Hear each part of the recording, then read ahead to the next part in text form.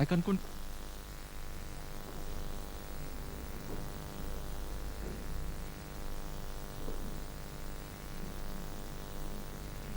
Indeed, if you are joining us now, we are live in Nairobi.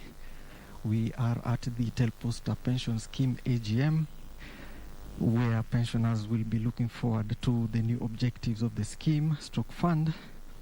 Remember, the main objective of this retirement benefit scheme is to provide benefits to the members in terms of lump sum payments upon retirement, accumulated personal contribution upon departure, pension to retirees, pension to widows and widowers and children upon a member's death while in service or retirement.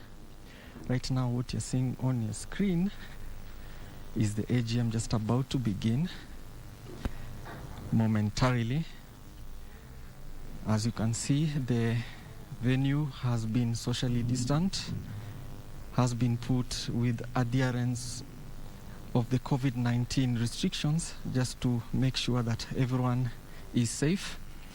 Pensioners can, of course, follow us live on our channel.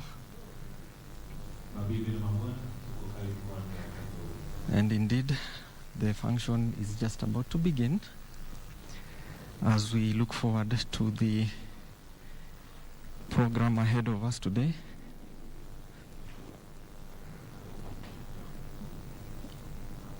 Of course, remember, the Board of Trustees of the Telposta Pension Scheme and the Provident Fund, chaired by Mrs. Catherine Olaka, remain on this function as well. We have a whole program ahead of us this morning. And just to give a small brief on the history of this fund, prior to the independence of the organization, which was under the East African Common Services, staff were hired by the Crown Colony under the East African Common Services, and at independence became the East African Post and Telecommunications. With the breakup of the East African Community in 1977, the employees were absorbed by the Kenya Post and Telecommunications Corporation. The corporation acquired Ken Nextel in 1982, and its staff were absorbed into the service. Now the Telposta Pension Scheme and Telposta Provident Fund, the scheme was constituted via a trust deed dated 1st July 1997 and operates on a defined benefits basis. The Provident Fund was registered via the trust deed dated in 1st September 2001 and operates on a defined contribution basis. Some of the benefits that this fund has for the members, of course, which is also very key, is that the members get a lump sum payment upon retirement. Also, they get accumulated personal contribution upon departure. And of course, the retirees get their pension, and pension to widows and widowers and children upon a member's death while in service or retirement.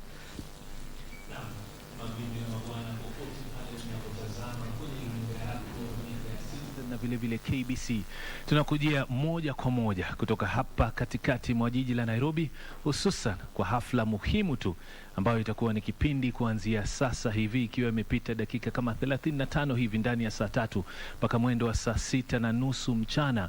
Tutakuwa hapa tunakumbuka ni mkutano wa mwaka wa wawekezaji na wale ustaafu katika shirika linalofahamika kama Telposta Pension Scheme AGM, kama inavyofahamika mkutano mkuu wa mwaka 2021, siku ya leo ikiwa ni tarehe 31 Jumatatu.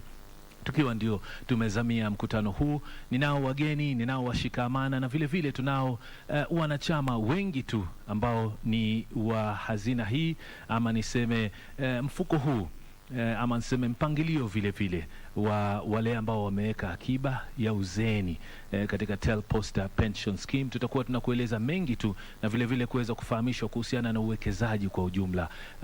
Pale tulipofikia kiwango cha mahesabu ya fedha kwa wanachama ama wafanyikazi waliostaafu kutoka Telposta miaka hiyo, na hata wale ambao bado wakili kustaafu. Je, akiba zao wameziweka vipi? Fedha zao za uzeeni zinaekezwa kivipi katika maeneo tofauti?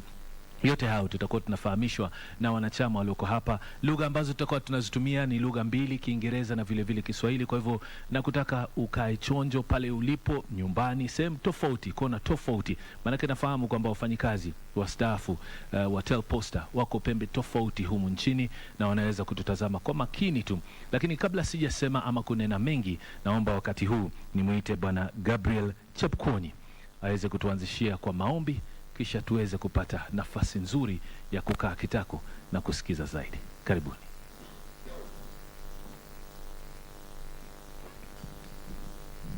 Thank you. Let us pray. Jehovah, we present ourselves before you this morning during this annual general meeting for our Telposta Pension Scheme and Provident Fund members. We thank you, Jehovah, for assembling us here. Members that are out there, various places, it's our prayer that you'll give us wisdom, strength, so that the conversations that we're going to have here, Jehovah, will go towards raising our pension scheme and fund to the next level. We thank you, Jehovah, for the bread of life. We cannot take it for granted. It's you who provides even the air that we breathe, that we do not see, Jehovah. We thank you. We thank you for the waters. We thank you for the food that you share us with on a daily basis. Jehovah, we also pray for our country. We pray for our leaders. We also pray for the peace that we are enjoying it. We cannot take it for granted, Jehovah. Jehovah, be with us as this meeting progresses. We have people worldwide in their homes, hospitals, who are suffering from various illnesses. It's a prayer, Jehovah, that you'll heal them. The pandemic that is ravaging the world, COVID-19, we have faith in you, Jehovah, that this thing has come to pass. We're only waiting for a day when it will be announced that this pandemic is no more. We thank you, Jehovah. I pray, believing and trusting in the name of our Lord Jesus Christ. Amen. Naam, asante sana Bwana Gabriel Chepkwony. Bila shaka mtazamaji, popote pale unapotazama kwenye runinga yako, nataka nikueleze mawili matatu tu kuhusiana na jinsi unaweza kuchangia katika mkutano wetu wa mwaka wa Telposta Pension Schemes AGM. Tunao nambari ambayo tunaiweka hapo katika runinga, ukiwa unaweza kutazama aidha Citizen na vile vile KBC, nambari ambayo unaweza kupiga bila malipo yoyote kuweza kuchangia katika maswali na kadhalika. 0800211248. Nitarudia 0800211248, nambari ambayo unaweza kupiga simu wakati wote kuuliza swali, kuchangia, na maswali hayo bila shaka tutakuwa tunawapa washikamana kuweza kujibu na kuchangia pia nyumbani.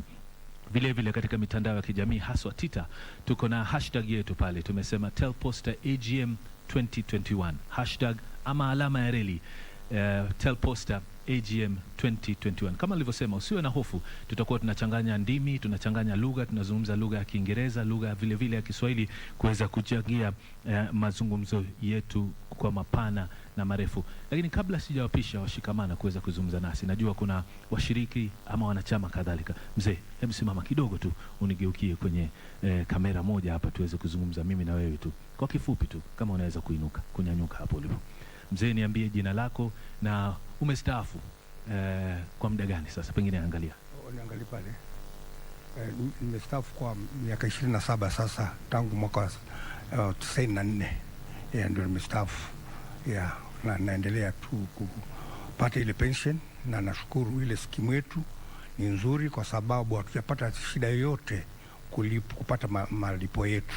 Pengine niulize, ulifanya kazi kwa muda gani na ulistaafu kwa kuwa miaka ilikuwa imefika ama mwenyewe kupenda kustaafu? Bana, mimi nilikuwa ni wakati ule walikuwa wanaita retrenchment 1994.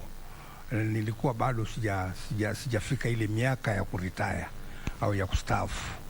Nilikuwa wakati ule nilikuwa nimefikisha miaka 49. Kwa hivyo nilikuwa nimebaki miaka kama 6 hivi ndio nifanye ile retirement normal, lakini walikuwa wanaita retrenchment, which was a bit faked thing, lakini ambayo imekuja na manufaa yake, sio? Sasa hivi unavuna manufaa mengi katika pensions. Sio kuvuna vile, wajua sasa mimi saizi pension yangu ingekuwa iko kiwango cha juu kama ningeretire ile miaka ambayo ningestahili nifanye retirement, kwa sababu ningepata grade ya juu kidogo ndio pension yangu ingekuwa imeongezeka. Tueleze kwa kifupi tu uwekezaji katika masuala ya pension yamekuaje kwako wewe kama mzee wetu kwa siku ya leo? Pension imekusaidia kivipi katika siku hizi za kustaafu? Inanisaidia tu wakati mwingine, manake kwa sababu inanisaidia nalipa kama ni maji, taa nalipa na kununua chakula kidogo kidogo hivi. Kwa hivyo naendelea. Asante sana mzee wetu Duncan Chola, huyo kutoka kote Taita Taveta kama sikukosea, yuko mkazi hapa Nairobi lakini anatokea sehemu za Taita Taveta.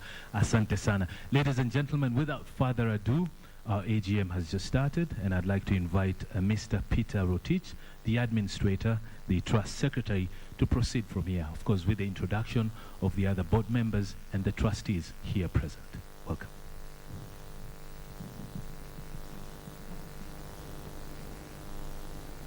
Good morning. We have with us our program, and we'll be having the opening remarks by the chair of the board, and thereafter we shall be having a confirmation of the minutes of the annual general meeting of 2019. If you may recall, our retirees, we never held our AGM last year. We shall thereafter move to report on Telposta Pension Scheme and Provident Fund.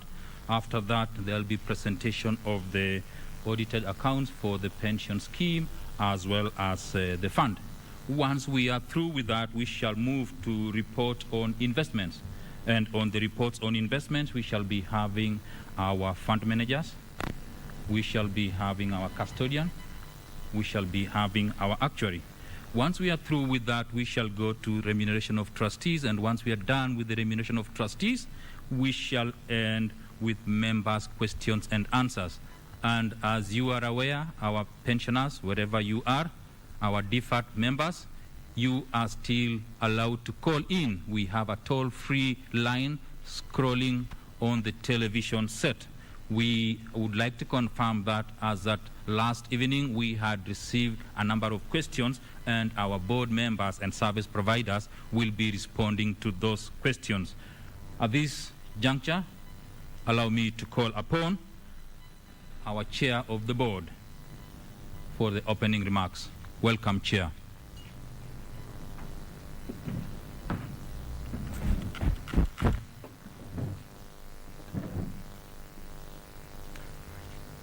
Good morning, ladies and gentlemen.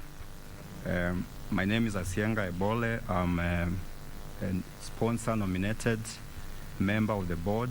I chair the committee of the board responsible for real estates. We call it ad hoc committee, and that's the sponsor director of Director Real Estate. I'm not the substantive chair. I'm here representing the chair of the board. Our chair is Madam Catherine Olaka, who is the Chief Human Resource Officer for Telecom Kenya. She's unfortunately not able to be with us today, but she sent her sincere apologies. I have her remarks, which I'll read. Distinguished members, fellow trustees, service providers, ladies and gentlemen, welcome to the 17th AGM of both the scheme and fund. It's my personal honor and great privilege to address you for the third time in my stewardship of your scheme and fund. As is customary, allow me to introduce the trustees who served you during the year.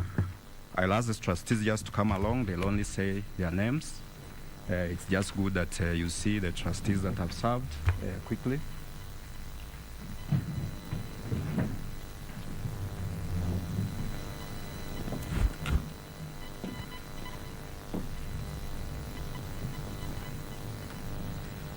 Good morning, members. My name is Rachel Mwendia. I am a sponsor-nominated trustee and the chair of the Investment and Audit Committee.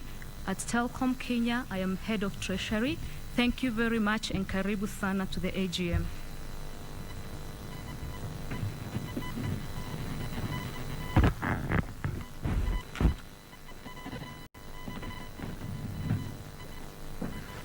Thank you, Chair. Good morning. My name is Gabriel Chepkwony, member elected trustee. I do chair Administration, Compliance and Communications Committee. I'm doing my second term now as a member of the Board of Trustees. Hopefully, come June next year, I'll be retiring, inshallah. God bless.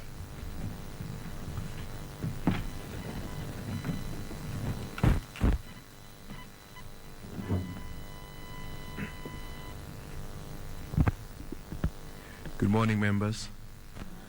Good morning, all. My name is Julius Cheption. I'm sponsor, nominated trustee. At Telkom Kenya, I'm the Chief Strategy and Business Development Officer. Have a good day.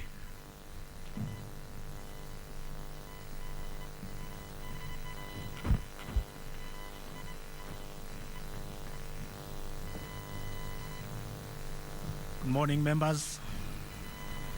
My names are Manuel Ndeleko Mwatibo. I'm a member elected trustee. I am doing my first session. That is, I was just elected some 2 years ago. And as a trustee, I belong to ad hoc committee, audit risk, and investment committees. Welcome to the podium.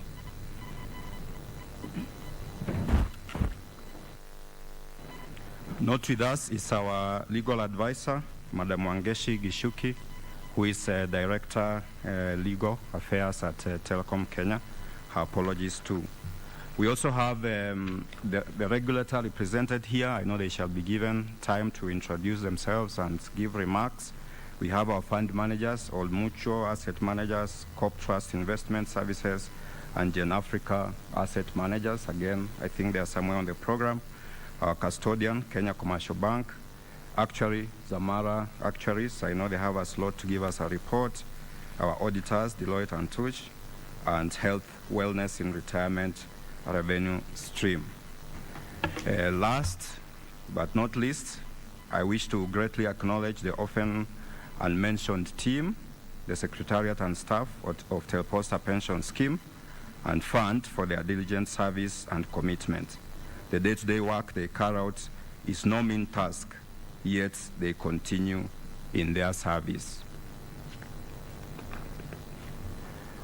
This AGM has been convened in compliance with the regulation number 82K of the Retirement Benefits, Occupational Retirement Benefits Amendments, Regulations 2002.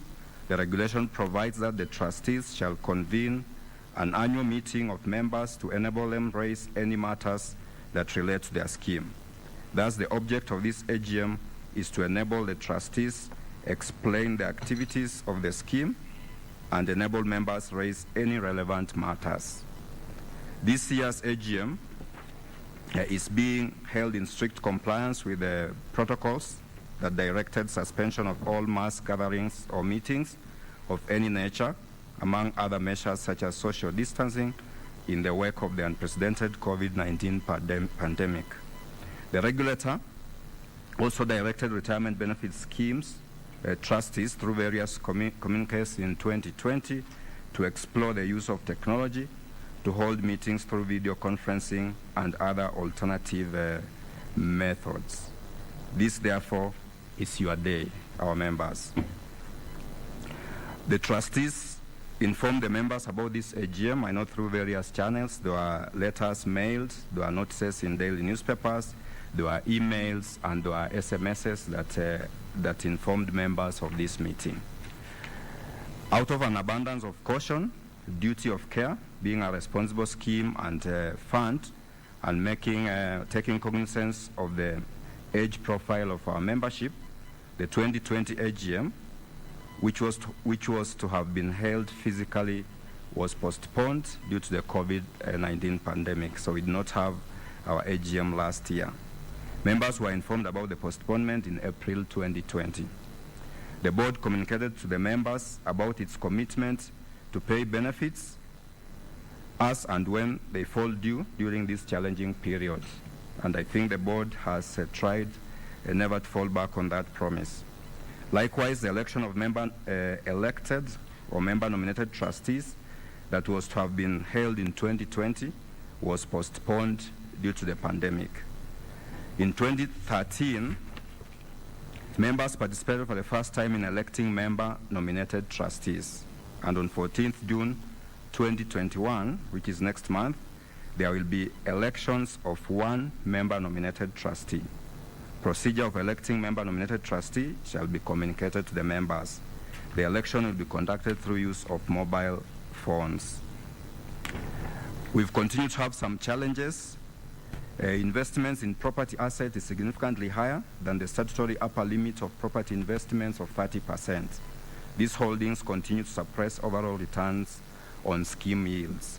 Investment yields from residential properties account for less than 1.2%, while Teleposta Towers, which is our major asset, accounts for 6 to 8% of our returns. Overall annual performance yields on other holdings accounted for the balance. So one single asset that gives us the highest yield is Teleposta Towers. As informed during the 2019 AGM, trustees resolved to have a total realignment of property holdings within a time scale of 2 to 3 years. And that's why we established the ad hoc committee. So the Board of Trustees forwarded to Retirement Benefits Authority a remedial action plan in January 2019, indicating the plan the board intends to undertake to bring down the holdings, because our holdings is about 70%. With the advice of an appointed fund manager, amid review of strategic plan in December 2020 and commitments in place, the trustees are progressing with a view of reducing investment policy statement shall be deemed to contravene Section 38 of the Retirement Benefits Act.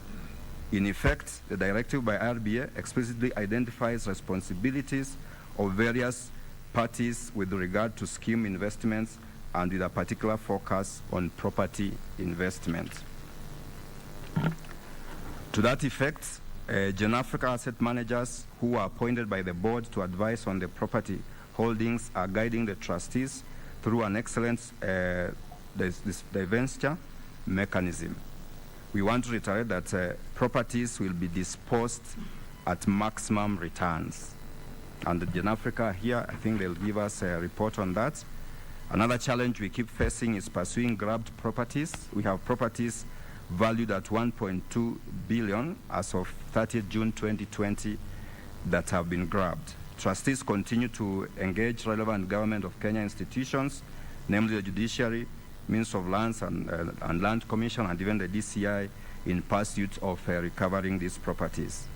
However, as trustees try to dispose the properties, the same very members litigate against the trustees. And this holds back faster disposal of some of the properties that would like to dispose.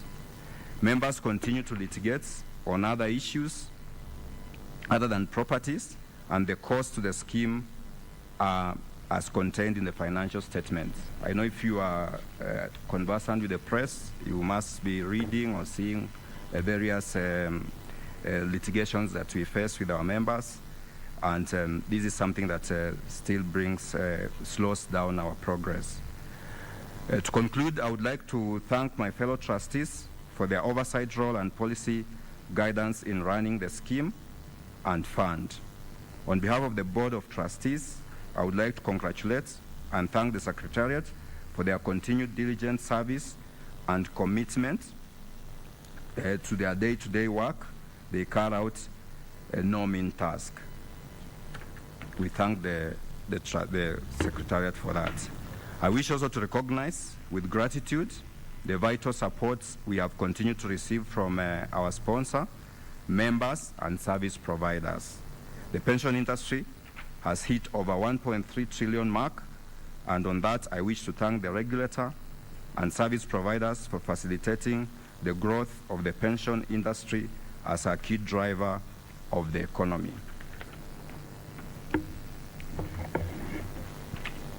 And a final conclusion, one of our serving trustees who joined the scheme as a board member in June 2014 is retiring after having diligently served for 2 consecutive terms of 3 years each.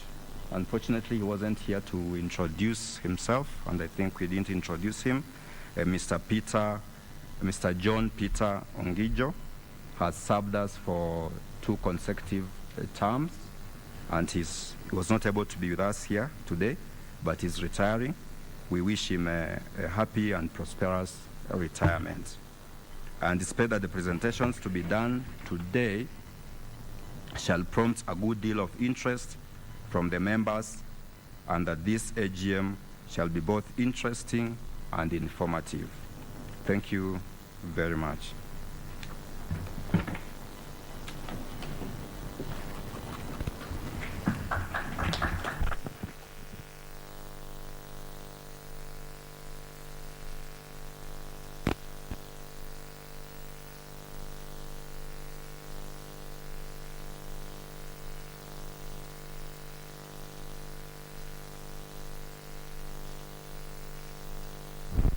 Thank you, Chair of the Board, for the opening remarks.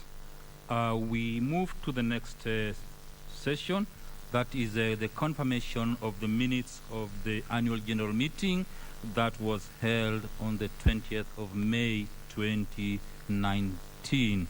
And as read, we had 1,478 attendees. It was a physical meeting.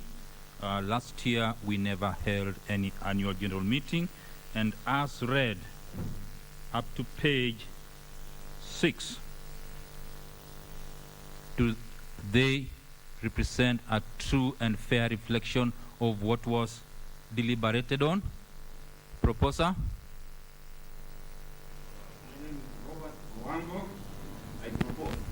Thank you. Seconds?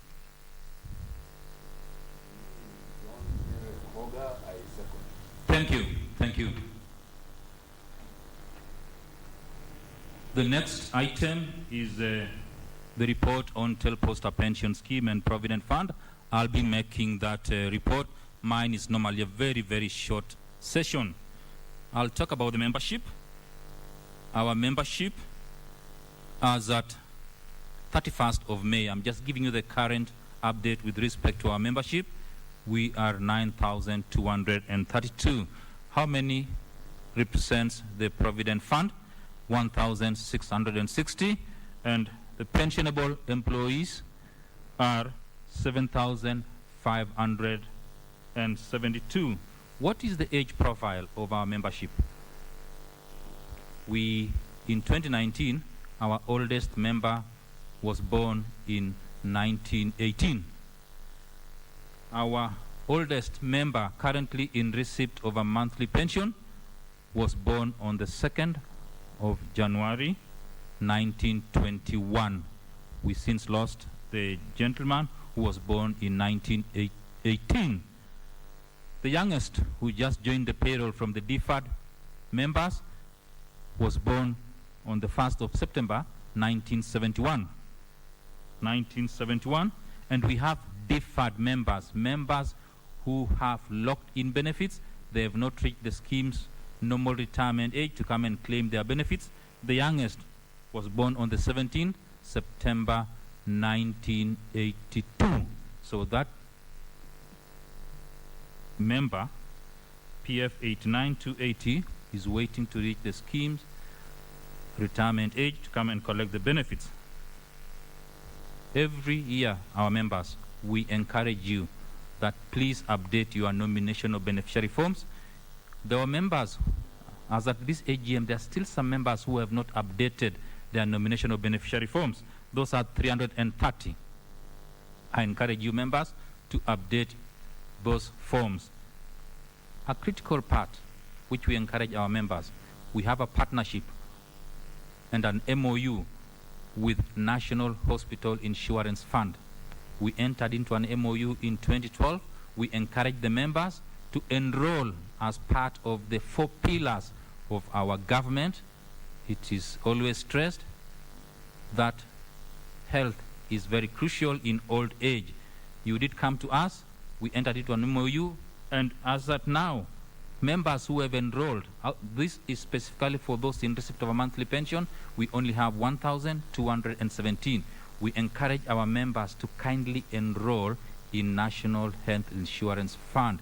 It is very critical, and we have an expert here who will be talking to us about health wellness in retirement.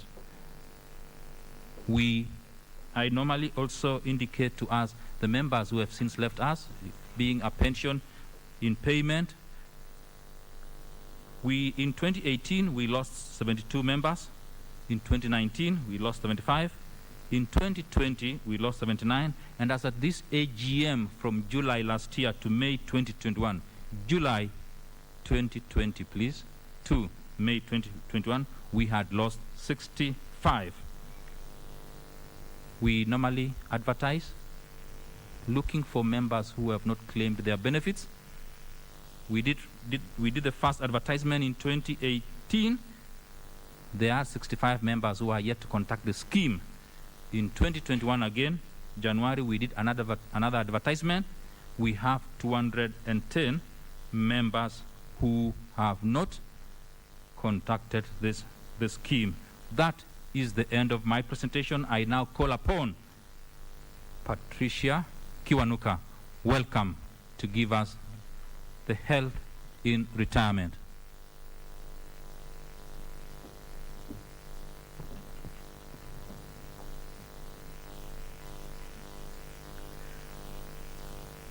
Habari za asubuhi. Jina langu ni Patricia Kiwanuka na nimefurahi sana Peter na wane trustees kwa invitation ya kuja hapa. Naona mnaniangalia mnashindwa, kweli huyu ni mtu wa retirement. Nataka kuambia kweli mimi ni retiree. Inategemea unaita retiree nani. Ikiwa retiree ni pande ile ambao utaacha kazi, basi nitakuelezea kwa nini mimi ndio retiree. So naomba tuendelee na slides.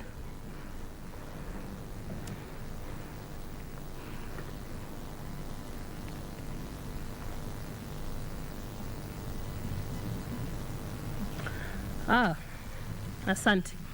Sasa hii ndio maisha yangu na ni vizuri muitazame pale kwenye slides. Wakati unazaliwa, unajipanga siku ile utaenda kazi, unaanza kwenda shule, unaenda kazini. Unapata Peter akiongea alisema mambo ya watu wenye wako deferred. Watu wako deferred ni kama mimi. Umetoka penye ile kazi ulikuwa umeandikwa, umeajiriwa, umefanya ile kazi na umeacha mambo yako ya pension pale nyuma. So kati yangu pale 25 mpaka 40 nilikuwa nafanya kazi kwenye kampuni. Wakati nilifika 40 nimekuwa sasa mimi kama retiree ama deferred member. Niko hapa nje najitegemea kwa kazi yangu mimi mwenyewe. Pale ukifika age 60 ndio nasikia watu wanasema sasa wanaenda retirement. Na hiyo retirement huwa nauliza retirement ni nini? Pale utamuona mama wangu mzazi. Mama wangu sasa amefika miaka 71. 71 anangoja kuwa 72. Pale ukimwangalia ni 2 years ago. Na unaona anatabasamu kabisa. Na pale mwisho ule ndio shosho. Shosho alikufa akiwa miaka 96. Na ukisikia hapa nasikia sasa ule mwenzangu ule alikufa na miaka 103. Sasa retirement yangu ni kutoka age 40 na nikiulizwa na Mungu nasema namalizia retirement at 120. Sasa death certain, retirement certain. Mambo ile tutakuuliza leo wewe mwenyewe. So nakwambia upause pale uangalie pale. Utapata mmoja wenu anafikira ile ni sungura, mwingine anasema ile ni bata. Inategemea utafanya macho yako pande gani. Ukiangalia mtu anaanza kuwa mzee kutoka chini. So nataka upige hiyo hesabu na mimi kutoka chini. Wakati ulikuwa mdogo, ulikuwa unaweza kukimbia, miguu yako, misuli zako zilikuwa na nguvu, magoti yalikuwa na nguvu. Sasa ukifika age zingine sitachaja hapa, ukianza kuamka asubuhi ukitoka kwenye kitanda kunaendaje? Unaanza kusikia magoti yanakuzungumzia. Ukianza kusikia hivyo uanze kujua sasa umri umeanza kuingia. So ni vizuri ujiangalia, ukianza kuangalia aging yako, anza na chini. Na ndio naambia watu miguu zangu nafurahia sana. Zikinipeleka pale nje kukimbia ama kutembea, najua bado niko na ile afya. Lakini uzee itaanza chini. Utaanza kuisikia kwa miguu kama umekuwa mzee, kwa magoti, na itaendelea kupanda juu kwenye paja. Tukifika kwenye kiuno na utajiangalia pale, mimi kama mwanamke ni vizuri sana ujue ukianza kuzeeka ile menopause inaanza kuingia. Unaweza pata mama anaanza kuwa mkali kwa nyumba. Unashindwa sasa huyu shida yake gani? Anaanza akizungumsha unashindwa, mbona amekuwa mwanaume? Hata ile biashara anaambia uanze baba, na anaanza kukuambia mambo ya kujenga unashindwa. Mama imekuaje, alikuwa ametulia, sasa yeye ndio anakuwa mkali kwenye nyumba. Na kwenda kwa wazee pia utapata ile testosterone yako inaanza kupungua. Na hapo ndio wazee wanaingia shida. Kwa sababu unaanza kupata ile nguvu yake ya ujana imeanza kupungua, anaanza kujitafutia vitu zake za kufanya. Anaanza kusema sasa acha niende tafute dogo. Hapo haujisaidii kwa sababu bado ile testosterone imepungua kiasi. Kwa hivyo ni vizuri ujiangalie, ujiulize, na kama wewe ni mwanaume, enda zile testing ya prostate. Jichunge kama unaenda choo mara mingi, enda kwa daktari ya kuangalie, kwa sababu hizi vitu zinaweza tibiwa. Na wote wa mwanaume na mwanamke ni vizuri ujue ile iko umenenepa kama mimi, ukianza kuwa mzee pia ile ukikula sana pia utaongeza zaidi. So ni vizuri pia ujichunge afya yako, ujue unajinenepa aje. Sasa tuende juu kidogo, ukifika kwenye mabega, azimesema ile misuli, zile vitu ulikuwa unaweza kubeba zinapungua, lakini pia ni vizuri uangalie mikono. Na uona furahia sana nikiangalia nikienda nyumbani najipima mikono yangu na mamangu. Kwa sababu mkono ndio inakuonesha ile ngozi yako yote kwenye mwili itaanza kuwa nyepesi. So unajichunga sana vile unachunga mwili yako. Hiyo sio time wanawake ya kuanza kujipodoa na kuweka vitu kwenye uso. Hiyo time ni vizuri uache ile natural beauty yako take their breath. Finally, tukienda kwenye nyuso, hapo ndio nilikuwa nafikiria uzee inafanyika, lakini kusema kweli, nimedemonstrate uzee inaanza chini. Ukifika kwenye nyuso sasa utaanza kuona macho inaleta shida, kusikia inaleta shida, pengine pia hata meno yanaanza kuleta shida. Na wakati tukifika sasa kwenye ile crown, Biblia inasema kwa Proverbs, ile nywele nyeupe ndio crown yako. Inakuonesha kama kweli umeishi maisha righteous. Kwa hivyo ukifika pale, jamani anza kucelebrate retirement.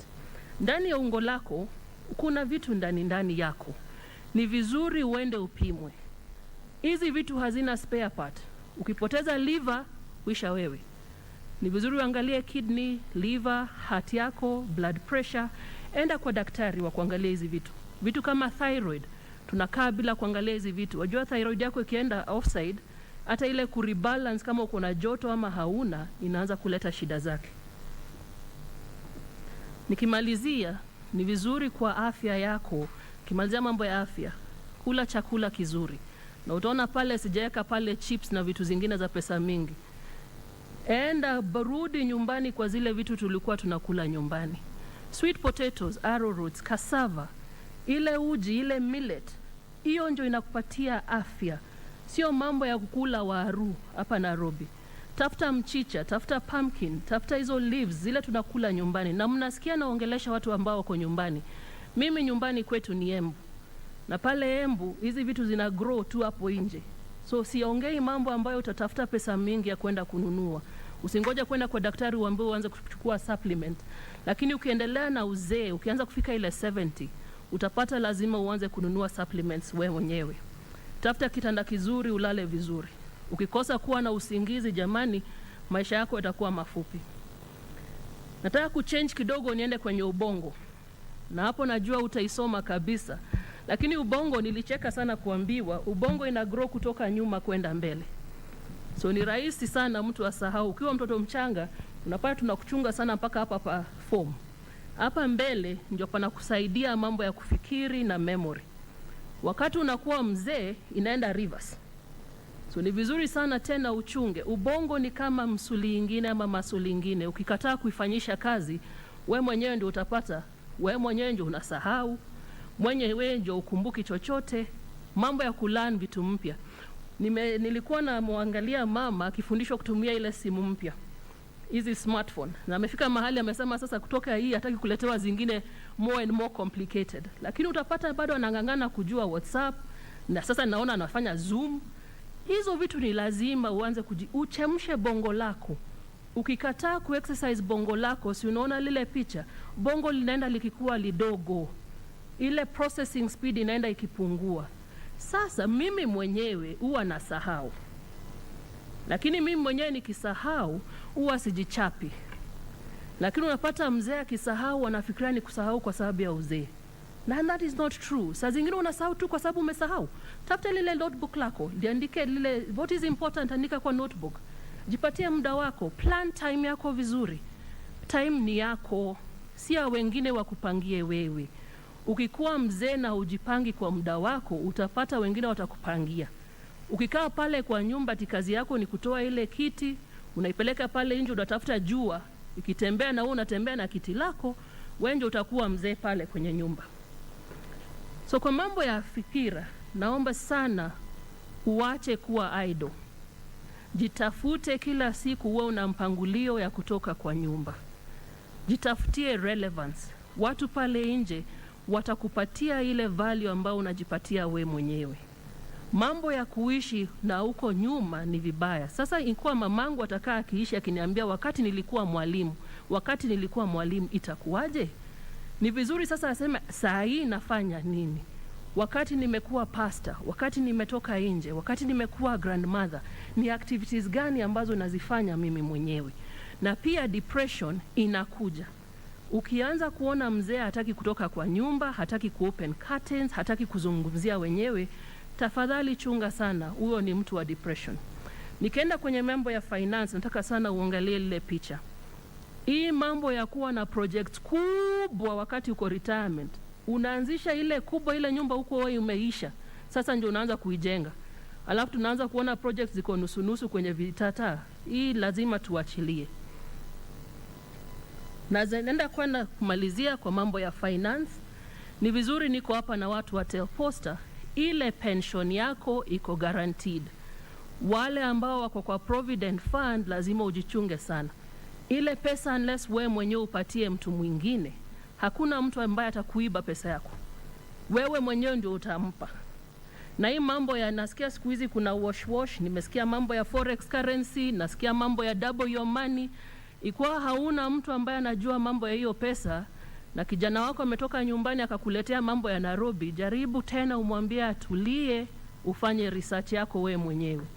Kwa sababu wale conman wanajua wazee na wanaongea haraka, ile tu unasikia ni pesa will double. Alafu unaona pesa yangu ile kidogo itafanya nini? Itakuwa double. Ukienda pale utapata shida. Angalia ile pesa yako kidogo ile ya business, iko uko na kiosk, iko uko na farm inafanya kazi, iangalie vizuri. Iko uko na lile flat ambayo la kupatia rent, pia chunga hiyo pesa yako. Si mambo ya pesa, na ni vizuri watu wakumbuke hii kwa hiyo retirement. Sio about kuwa na pesa mingi. Ni about kumanage zile expenses zako. Hii ndio wakati kuanza kupunguza expenses zako, sio mambo ya kuincrease. Na ukumbuke Peter ameongea mambo ya health. Ile medical expense kweli itaenda juu. So ni vizuri ile kadi wamekutafutia NHIF, na nasema sana kwa chair, hiyo NHIF benefit ambayo mnapata sasa kama members discounted. Wengine wanalipa 500, mnalipa 150, na tunasikia si wote wamechukua. Ukiwa pale nyumbani, hiyo NHIF itakusaidia. Na pia kuwa na pesa kidogo ya emergency. Sio mambo ya pesa mingi nimesema, ni mambo ya kupunguza yale expenses. Number 2, kindly acheni na madeni. Nilikuwa pale Embu hii weekend, nauliza watu wazee wanachukua fuliza ama wanachukua hizi pesa za cashback. Nikaambiwa hapana, lakini vijana wao wanakuja nyumbani, wana convince mama ama baba amchukulie ile pesa. Anasema nitakulipa within 2 weeks, within 3 weeks. Ikuwa mtoto wako na shida ya pesa, mwambie akuje nyumbani akule hapo kwako. Hiyo mambo ya kumtumia pesa aishi Nairobi, naendelea kukuuliza pesa na wewe ndio unalipa fuliza, yeye halipi, unajipata wewe mwenyewe unapata stress. Nimeongea mambo ya conman. Ikiwa ina sound very good, if the deal is very good, please leave it alone. Wewe mwenye uko retirement, kumbuka tumesema unataka kuishi mpaka miaka ngapi? Ukuwa kama mimi 120. So pesa ile kidogo yangu lazima niichunge inifikishe pale 120. Mambo ya double my money, wash mimi sitaki. Nataka kuzungumzia a very special group. Babangu alifariki kitambo, mama ni mjane, na nataka kuongea na ile group. Wakati unaenda retirement na ulikuwa na bibi yako ama mzee alikuwa pale, ule anaweza pata either ugonjwa ama akafa. Ni vizuri pia ufikirie hiyo muda itakuwa vipi. Kwa wanaume, bibi akikufa anapata shida sana, kwa sababu jamii yote inaanza kumtafutia bibi. Kila wiki wanaanza kukuuliza nani anapika huku, nani anakuchunga, nani anaosha nguo. Hata kama mzee anakaa vizuri bado anamuuliza. So ni vizuri ujipange, ile vacuum itakuwa pale ile alikuwa anakuchunga. So kwa wazee inakuwa ngumu sana mama akifariki. Ni vizuri ukiwa unaleta bibi nyumbani ufikirie sana ile dynamic, ile nomination form Peter anaongelea. Ni vizuri ufikirie itakuwaje nikifariki. Remember nimesema kufariki ni certain. Nikienda itakuwaje? Hautakuwa pale mbinguni kama Lazaro unatupigia simu papa chini. Hiyo haitafanyika.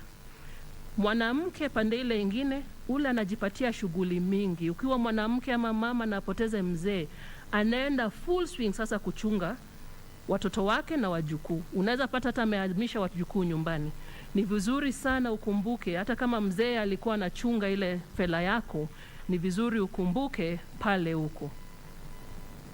So ni vizuri ujiangalie sana kwa mambo ya time toka kwa nyumba.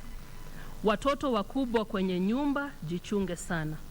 Watoto wakubwa watakuja kwako either kwa hela ama kwa time yako. Watakuletea watoto wa kuchunga wewe. Tafuta sana balance yako. Hizi siri mnakuwa nazo wanaume, tunaomba tafadhali zipunguze.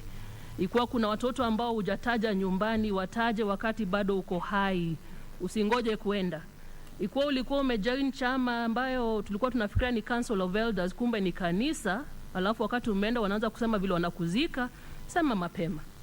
Mambo ya isiri mnaona pale, unclaimed financial assets wako na 17 billion hawajatumia. Kwa mambo ya caregiver, ikiwa uko pale either mama ama mzee ndio ako na shida ya kimwili, ni vizuri sana tukumbuke ule caregiver anaweza kuwa na burnout.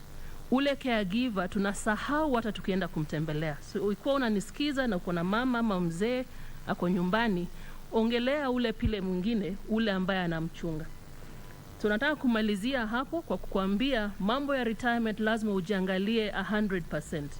Bio, angalia afya yako ya kimwili, fanya ile hiyo medical check-up.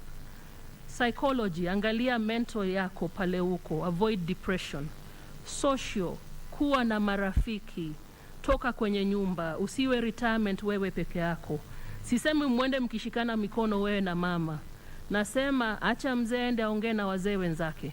Acha mama aende kwa lile fellowship. Mkikuja nyumbani mtakuwa na kitu ya kuzungumzia. Na finally kumbuka mambo ya Mungu. Whatever you do hapa chini tutaondoka. So ni vizuri sana ukumbuke kupatiana. Retirement yako inatakiwa kuwa kama hawa. Huyo ndio Mandela ukimwangalia wakati alitoka mpaka ile wakati alikufa akiwa over 90. Bibi yake alipata bibi wa pili, hakupata ndogo. Angalie walipata walioleka wakiwa wazee. Mwangalie mama yuko sawa, bado anaendelea kupata ile maisha ya service. Unamwona pale na mtoto mdogo. Unaona Mandela, nilikwambia nini? Uzee unaanza chini. Ile nywele ya white amekuwa nayo all along. So nikimalizia sana, nataka kusema asante sana kwa watu wa Telposta na watakia AGM mzima. Asante.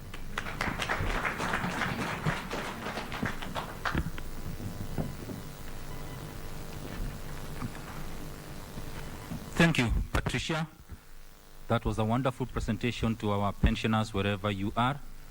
Tuliamua kwamba lazima tutafute mtaalamu aje aongee nanyi. At this juncture, allow me now to call upon our auditors to present to us the report on the financial statement for the year 2019-2020. Welcome.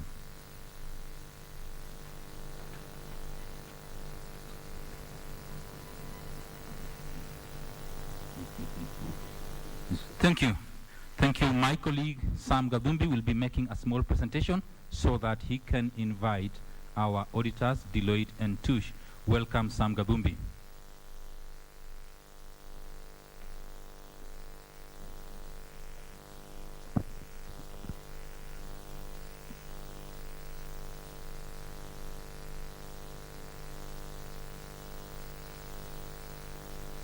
Staff wote na our Board of Trustees, good morning. Mine will be very short, and I will be sharing our thought on presentation of the accounts with our auditors, Deloitte and Touche, represented today by Teresa Wachira.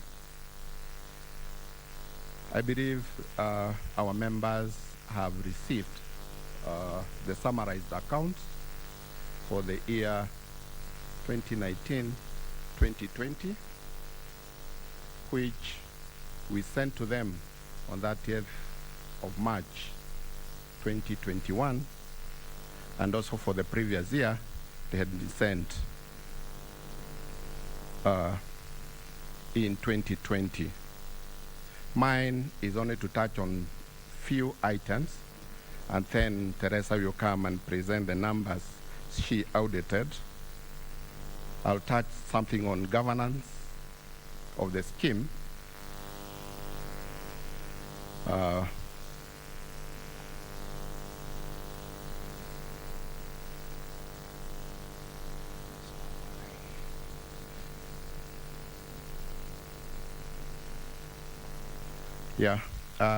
In our accounts, which are also on the website, we have the corporate information showing the trustees who are in the board in the year 2019-2020.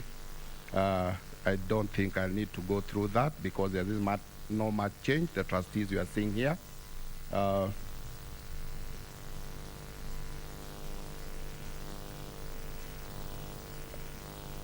The service providers, we have the fund managers who are in service in the year, CopTrust, GenAfric, and Own Mucho.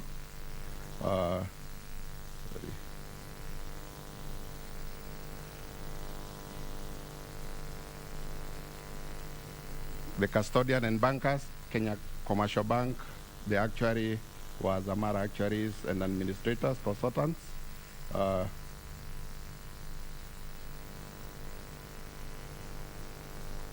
think the property managers for the scheme for the year, there were 4 funds, Tyson's Limited, Reged, and Advent and Kent State. Tyson's Limited managing our Telposta Towers, and the others doing managing the other properties. Auditors, Deloitte, as we have mentioned. Legal advisor is Wangeshi Gichuki from Telcom Kenya, and our registered office, obviously, is Telposta Towers. As disclosed in our accounts, which you have in our full accounts, the member movements were like that. We ended up with 7,403. The active pensioners in the payroll were 7,000. The defined members were 320. Those were the active defined members. So in that year, you can see defined members. We had leavers during the year, moving from 135 in the previous year, and we moved 89 in the year. And I believe that will be reflected in the accounts. You see the deduction in number, the amounts which was paid to members in terms of ransom due to that reduction in number of leavers during the year for the defined members. In terms of investments, which we had for the scheme,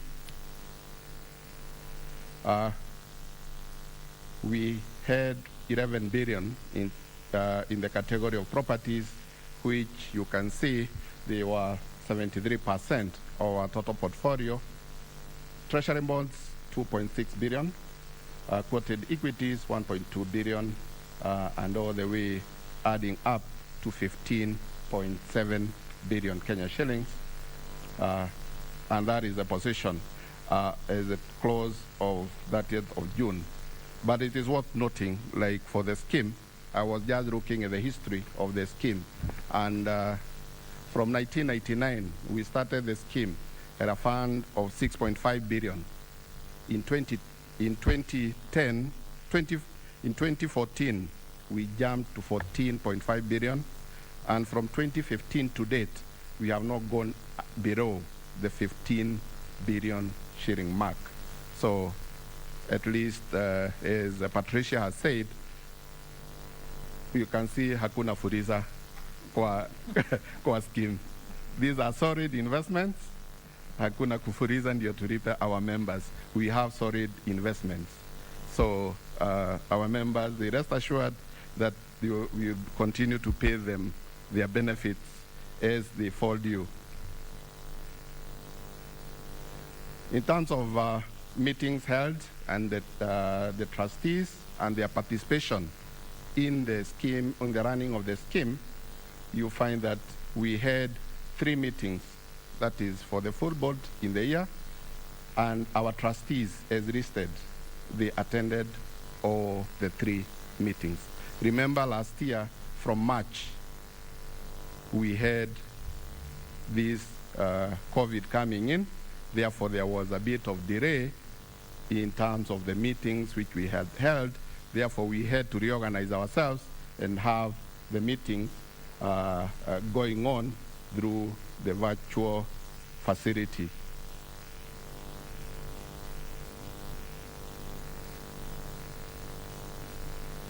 The meetings which were held 26 September 2019, 19th December 2019, and 22nd of June 2020. Those were the main board meetings.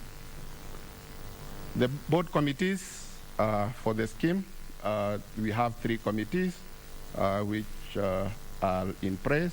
We have Property Disposal Committee, Audit Risk, and Administration, Compliance, and Communication. The number of meetings held, 3 for the ad hoc, 8 for Audit Risk, and 4 for Administration Committee.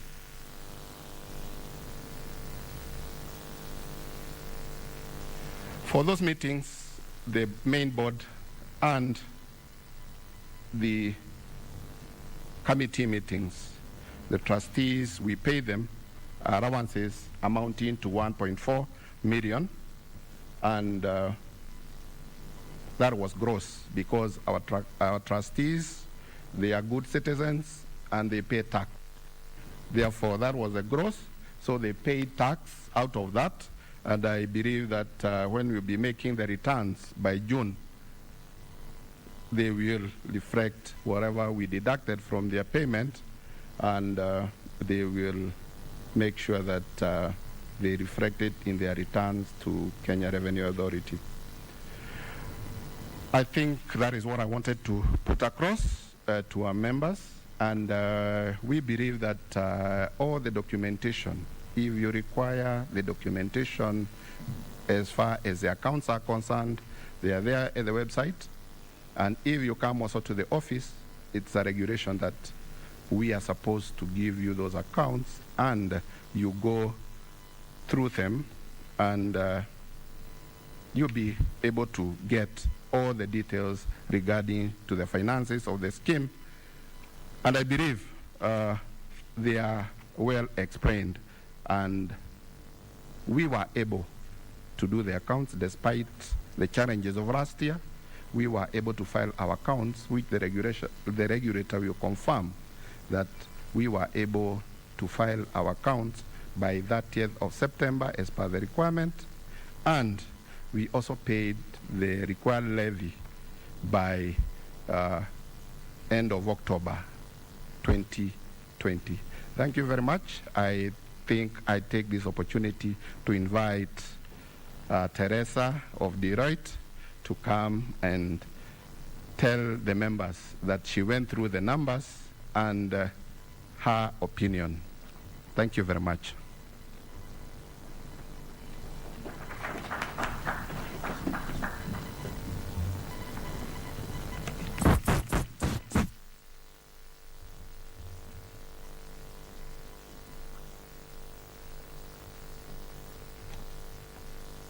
Mm.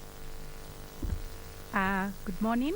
The Chair of the Board of Trustees, the Board of Trustees, the Trust Secretary, management, service providers, and members, good morning.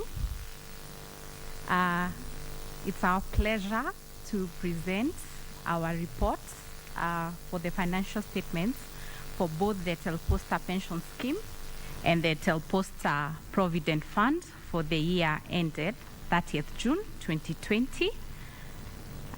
If you allow me, if I could have the presentation on the screen. Okay. Thank you. Okay, we will start with the financial highlights for Telposta Pension Scheme. And we are going to start with the statement of changes in net assets available for benefits. If you have your financial statements that were audited, these were presented on page 12. And the numbers I'm reading are presented in thousands, meaning whatever I'm reading on the screen is in thousands. Okay. If I start with the interest income on local investments, the scheme has invested in various fixed income investments, which include the treasury bills, the treasury bonds, the corporate bonds, and treasury bills. And for the year, they are called fixed for a reason, even though we know 3 months in the year we had COVID-19, but because they are fixed income, then there was no impact on the recorded income. And you can see there was a slight increase of about 4%, closing at about 331 million compared to the year 2019 of 317 million. And the major contribution of that is mainly interest income being earned from the treasury bonds. It's normally about 90%, and was closing at about 295 million compared to 2019, where the income earned from the treasury bonds was about 271 million. If I move on to the next line, we have dividend income. I'm still on that slide. Thank you. Dividend income, this is normally earned from the investments in the equity, the listed equities. And so for the year ended 30th June 2020, there was the scheme received 124 million compared to 2019, about 65 million. And this increase is mainly attributed to because the year of income 2019 for most of your investments, which are mainly in the banking investments, their year ended 31st December 2019. Most of them reported good profits, and that had not been affected by COVID, and hence they declared dividends. And that's why you will see there was a jump in the year ended 2020. The next line is the fair valuation for the investment properties. As you have noted, the scheme owns about 11 billion investments property, and as a requirement of the standard, you're supposed to fair value each of these investment property at each financial year end. And you will notice there was a recorded loss of about 38,200 compared to the prior period, about 11 million. And this loss was mainly attributed to the investment in the residential properties. And because of COVID, this valuation was being done as of 30th June 2020.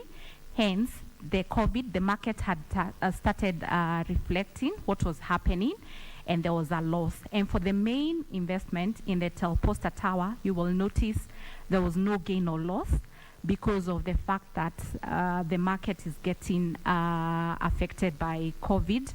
Well, the good thing about the towers, most of the tenants are government related. And what you will notice, most people were shying off from taking more office spaces, and that is reflected in the financial statements. Gain on disposal of investment in equities, there was a small gain of about 3 million compared to last year, 687.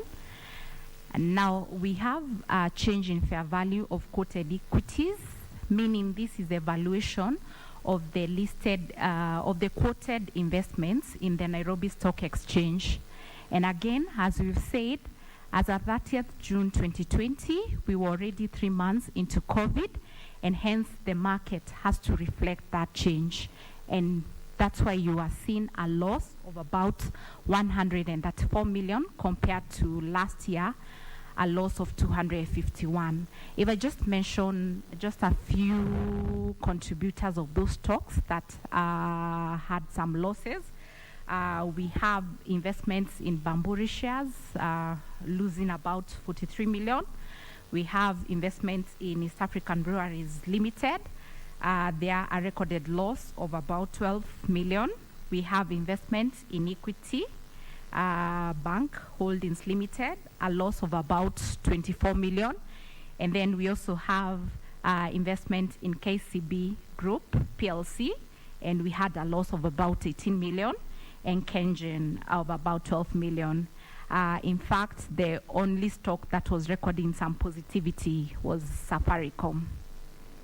Okay, then if I move on to the next line, we have change in fair value of treasury bonds. The treasury bonds are also traded in the Nairobi Stock Exchange market, and hence we also reflect their value as at 30th June 2020.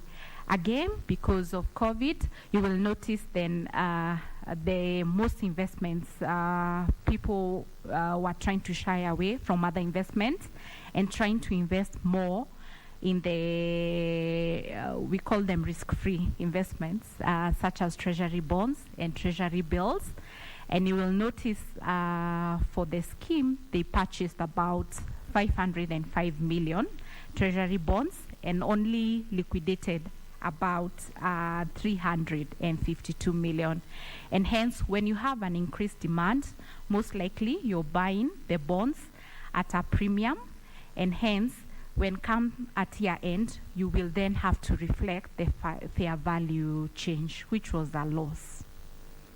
Okay, if I move on to the other income line for the scheme, we have rental income remaining fairly constant. For 2020, closing at about 566 million, and 2019 about 550 million. The main contributor again being rental income being earned from the Telposta towers, and the residential income contributing the remainder. So no major change there, again because of the reason I gave. Okay, other income just closed at 334,000 compared to last year 1.4 million, a small change. Then if we now look at the expenses, we have investment management expenses closing about 6.8 million compared to last year about 12.6 million. And the change here is just because the fund management expenses are reflective of the fund. So if the fund is growing, again, the expenses will grow, but it was just a slight movement. The property expenses closing at about 35 million compared to last year, 59.5 million. And this change is because one of the expenses that is usually reflected for property expenses are service charge expenses, and these are not being accrued because it's supposed to be based on an audited service charge reports. So the total return on investments was about 773.9 million compared to last year 730 million. So despite us having COVID 3 years, because of the fixed income and the rental income, then the fund still managed to close at a higher return compared to the year of income 2019. So if I move on to the pension benefits, these are the payouts that were made during the year. The pension benefits paid for the year ended 30th June 2020 were about 846 million, compared to 2019 about 912. And purely this is also a reflection of the members' movement. So the information that was represented by Sam, you are able to see the membership of the scheme dropped by about 239, so closing at about 7,403 members, compared to the previous year about 7,682 members. Okay.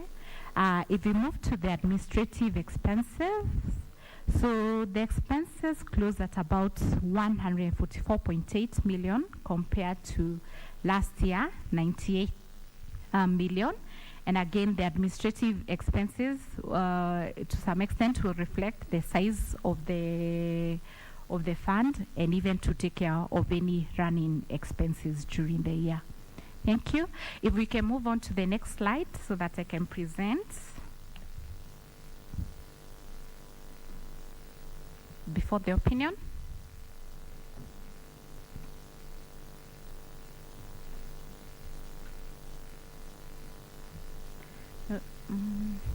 Okay, just go back to the previous slide for the scheme. This is a fund.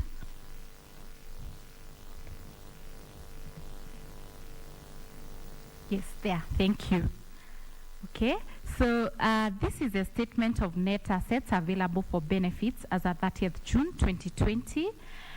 So this is where all the assets, we represent the assets and the liabilities of the scheme on this statement. And so I'll just start with the non-current assets.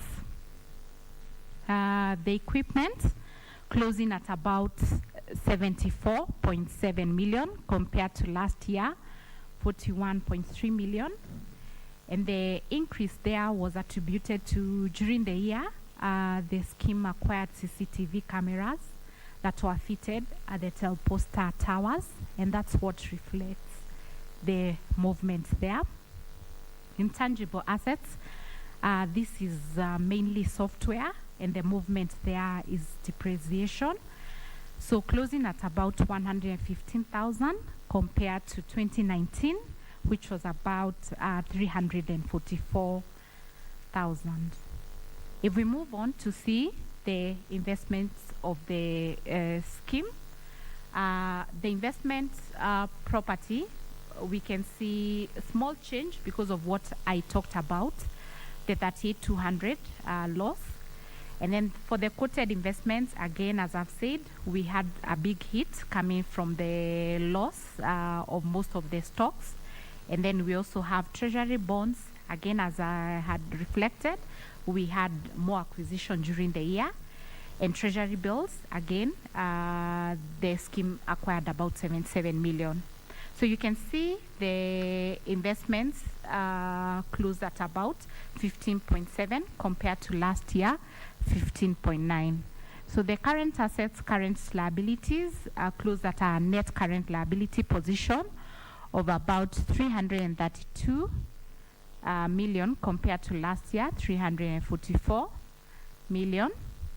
So just a small drop, and I guess what increased the current assets are the dividends accrual, as I had spoken. So in a nutshell, the net assets available for benefits for Telposta pension scheme closed at 15 billion 471 million 644,000. Compared to 2019, the number was about 15 billion 688 866. Okay, thank you. Next slide so that I can read the opinion. Allow me to read the opinion of the numbers we audited. And our opinion, we have audited the accompanying financial statements of Telposta Pension Scheme 2020, in brackets, the scheme, set out on pages 12 to 35, which comprise a statement of net assets available for benefits at 30th June 2020, and the statement of changes in net assets available for benefits, and statement of cash flows for the year then ended, and a summary of significant accounting policies and other explanatory notes. In our opinion, the accompanying financial statements give a true and fair view of the financial transactions of the scheme during the year ended 30th June 2020 and of the disposition at that date of its assets and liabilities other than liabilities to pay retirement and other benefits falling due after the end of the year in accordance with the International Financial Reporting Standards and the requirements of the Retirement Benefit Act. Thank you. The rest of the opinion can be found on the audited financial statements. So maybe I can quickly just look at the financial statements for the Telpost Provident Fund. We move on to the next slide.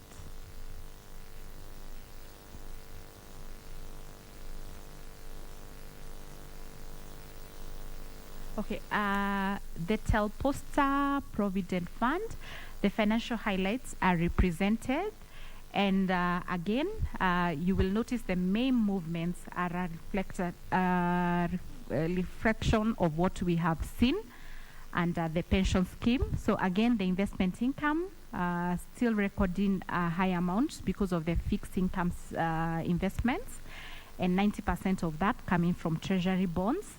Dividend income, again, as said, most of the stocks which you've invested in, the companies performed well and they paid dividends. There was a small gain in the disposal of equity investments, closing at 708 compared to prior period 2.8. The changes in fair value of quoted equities was 22 million compared to last year, 36.169. Again, here are reflective of the markets and what was happening because of COVID. Change in fair value of treasury bonds, a loss of 6.5 compared to last year, gain of 32.16. Again, being reflective of the market where the demand was high and hence the prices were being sold at a premium. So come at year end, then we had to reflect the price, the dirty price and the clean price at the NSE. So the total return on investments closed at 85.412 compared to last year, 98.861. If you look at other income, 21,000 compared to last year, 143,000. Administrative expenses, 4.6 million compared to last year, 4.6. So barely no movement there. Pension benefits net charge closing at 33 million compared to last year 11 million. So you will notice a lot of the deferred members in 2019 were being paid in 2020, and also most of the benefits in 2020 were also paid in 2020. And when we move to the next statement, you'll be able to see whatever was being unpaid also moved because of that payout. If we could move to the next slide. Again, the investments of the Provident Fund are mainly held in equities, closing at 209 compared to 21 million.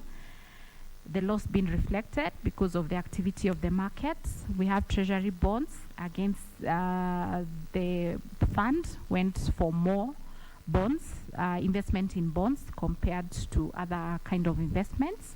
Corporate bonds, most of them matured and only one remained at year end for NCBA.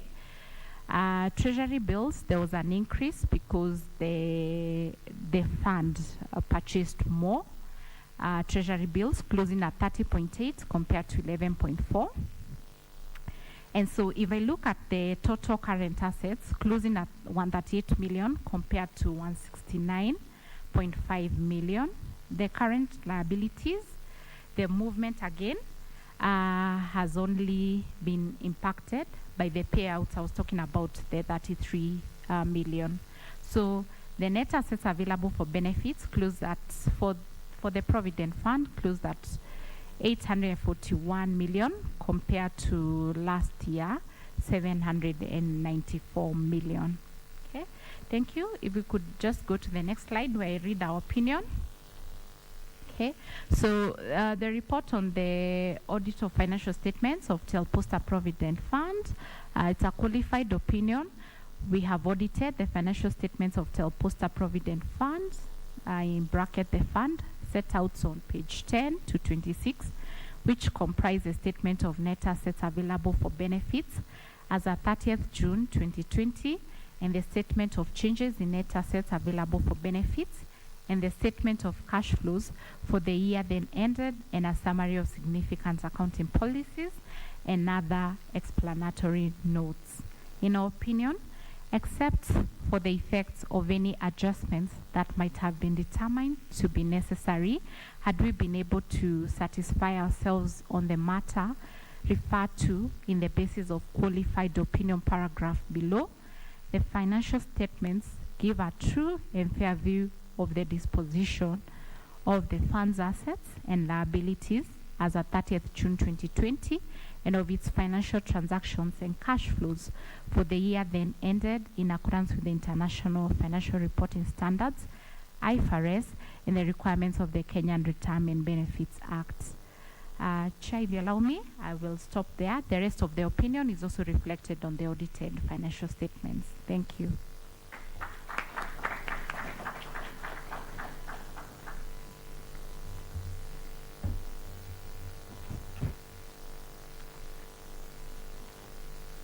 Thank you, Teresa Washira from Deloitte & Touche. It is now my pleasure to welcome our fund manager, Nicholas Ithondeka from Comptrust Investment Services. Welcome, Nicholas. We do recognize the presence of the CEO, Chief Executive Officer of Retirement Benefits Authority, Mr. Nzomo Mutuku. Welcome, sir. Thank you.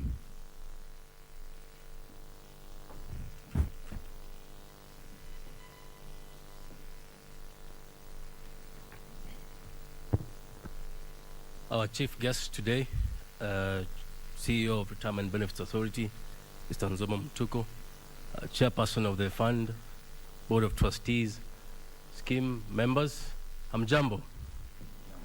Hamjambo tena. Chairman, I hope it's important to acknowledge your regulator because they hold our license. So, Mr. Nzomo Mutuku, keep up the good work you're doing at RBA. As service providers, we continue to work under your leadership. So, members, today I have the privilege of representing the investment management report. I do so on behalf of 3 fund managers who are the ones in office. We have All Mutual Investment Services, and I can see Chris Curry in the room. There's Jenna Frick, Asset Managers, and I can see Felix as well as around, and myself, the CEO of Comptrust Investment Services. And members, I'll take you through our report, which is in brief, just talking about what we have been doing in the last 1 year, how the scheme is performing. My agenda is quite simple. I'll talk about our role. As you have seen in the last couple of presentations over the years, we do have the distinct role which is cast in law through the Retirement Benefits Authorities Act, where we have the fiduciary mandate to advise the trustees on investment matters, regards to property, with regards to capital market instruments. Again, we also have the responsibility of compliance of the scheme in line with the Retirement Benefits Authorities Act. There's a stipulation of the assets you can buy and invest in. And of course, the scheme has an investment policy statement. And that policy statement is what guides the Board of Trustees as well as the fund managers ourselves in terms of reporting and buying into properties or instruments that we are allowed to invest. We also have roles of reporting returns to our trustees every quarter, and every so often we do meet with them, telling about the investment affairs, and of course executing on their behalf the investment matters of the scheme, and of course reporting to the AGM and members, which is what we're doing here today. So I'll start with the numbers for the pension fund. And for the pension fund, members, we are reporting 30th of June 2020, which, as you can see, the members are very well shared by Mr. Gadombe and also by the auditor. And the scheme closed at 15.7 billion. the distribution of the assets, you can see there we have about 73% in the property investments, which the chairman also alluded to, and later on you'll have Jenna Frick-Felix come on the panel to explain and take you through the property investments. The other investments that we are holding on the pension scheme is about 7 or 8% in equity investments. The list of domestic equities, listed stocks, likes of Safaricom, KCB, Cooperative Bank, equity banks, and other stocks within the spread of the investment houses. We have treasury bonds, which is quite a significant portion. And largely for last year, as the auditor presented, this was what held us in terms of investment income, which is the treasury bonds, about 2.6 billion we were holding by the time we closed the year. Treasury bills as well, 82 million. Corporate bonds, about 14 billion, and 14 million, sorry, and term and call deposits, about 268 million by the time we close the year. Members, it's important just to explain to you, and as mentioned earlier, our role is to explain to you how the trend is going on. We did put in a slide there showing you 31st of March 2021. Bearing in mind we are reporting about 9 months after we close the scheme year end. As you can see there, the scheme is still growing. We are at 15.7 billion despite the COVID quarters, which is quarter 3 and quarter 4 of last year. And again, you have to bear in mind the scheme still managed to pay pensioners monthly pension totaling almost close to about 600 million, and we were still able to hold the value as at close of 31st March 2021. In terms of the Provident Fund, we have, and I hope you listened to what Patricia was explaining about the exposure on Provident Fund as pensioners. We have 1.096 billion in terms of fund value. In this portfolio, we don't have any property. We have domestic equities, which is stock markets, about 209 million. Government securities, 823 million. Corporate bonds, 7 million, and about 56 million in term deposits. Fast forward 9 months later, after close of the AGM or the scheme year end, sorry, you'll see it's still growing there, 1.132 billion. And the distribution, as you can see there, term deposits 60 million, with government securities 813 million and 258 in domestic equities. So members, I'll quickly go through the investment environment for last year. I don't want to spend too much time talking about the numbers, as it has been presented by the auditor and very well by Bonagadombi. So last year, as you can imagine, it was a tough and difficult time because of COVID-19. We are holding investments in the markets which were impacted by the decline in yields, especially on the equity markets. And what you can see on the slide there is across the globe, you can see quite a number of markets which didn't perform very well. And for us, we were very happy to see even just being able to hold the value and increasing, as I showed you 9 months later after close of the scheme year end. So you'll see there different numbers showing declines, 5.4% advanced, 4% negative, advanced economies. Our local economy here in African markets, which is sub-Saharan markets, you see negative 3.7%. So it's very difficult, members, to grow assets when the economic performance of various countries is declining. And again, what we are really looking forward to is 2021, which we have seen a very strong recovery.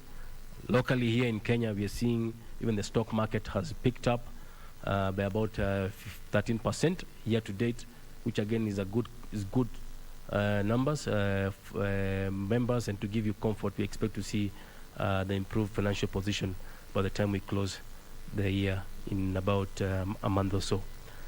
Fixed income, which is mainly interest rates, the bonds that we are holding, members, you will see there, we were principally for the capital or the liquid instruments. We had a heavy hit on the bonds, and you will see as the auditor presented, she talked about the investment income, which was able to hold the value for the fund. We had different movements of interest rates in the period, but largely said, members, this was very positive for 2020, and in 2021 as well, is still displaying the same atmosphere with some element of the bond yields going up, which as for your fund managers and the trustees, you should be able to weather and go through quite well. In terms of equity markets, again, this represents the high yield markets and also low yield markets when you're faced with turbulence. You'll see last year, the graphs there will show you what the bigger market went through Again, for our fund, we were able to perform better than our indexes or the markets, but however, it was still a negative return. And as you heard, the auditor was mentioning numbers which were showing some unrealized capital losses. What we are happy to report, members, is that most of those numbers have actually changed, and we are seeing positive returns. As I mentioned earlier, we are sitting about 15% return year to date. We are happy to see the likes of Safaricom, which is our largest holding on Teleposta, is still growing in leaps and bounds, which is giving us a very positive return as we move on in 2021. So as I wind up my presentation, members, we are, as mentioned earlier, I've talked about the strategy. We are going through the motions of the economy in terms of the COVID-19 pandemic, and we have seen the fixed income come in to support us. And we, as fund managers, we maintain that pace of government yields and the bond yields, which have been largely supportive. And of course, we are playing on the medium to long-term end. This is a pension scheme. We have members who are very young, as you saw the Trust Secretary go through the age profile, and we expect to see some level of long-term investment. And that's why we'll buy into those long-term infrastructure bonds, which have been quite supportive. Stocks, which is mainly, again, not more than 9 stocks in the market we are buying, and most of them, of course, are going through very cheap valuations because of the COVID-19 pandemic.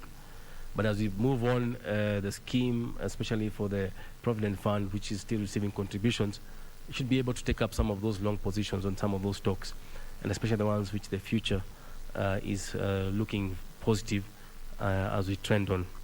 So scheme members, that's the end of my report. On behalf of service providers, ourselves, Corp Trust Investment Services, all mutual service providers, Gen-Afrique service providers, and on behalf of the Board of Trustees, we thank you for the support, and we look forward to a fantastic 2021. Bearing in mind we are about 1 month to close, and the numbers are very positive, and we pray for God to keep us well, and may God bless all of you. Asante sana.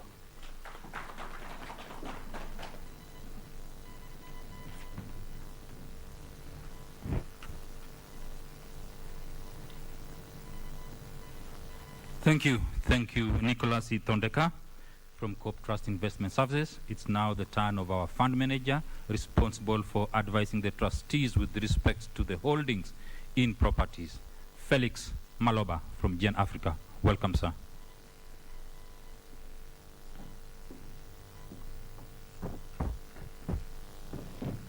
Thank you, Bona Trust Secretary, for that introduction.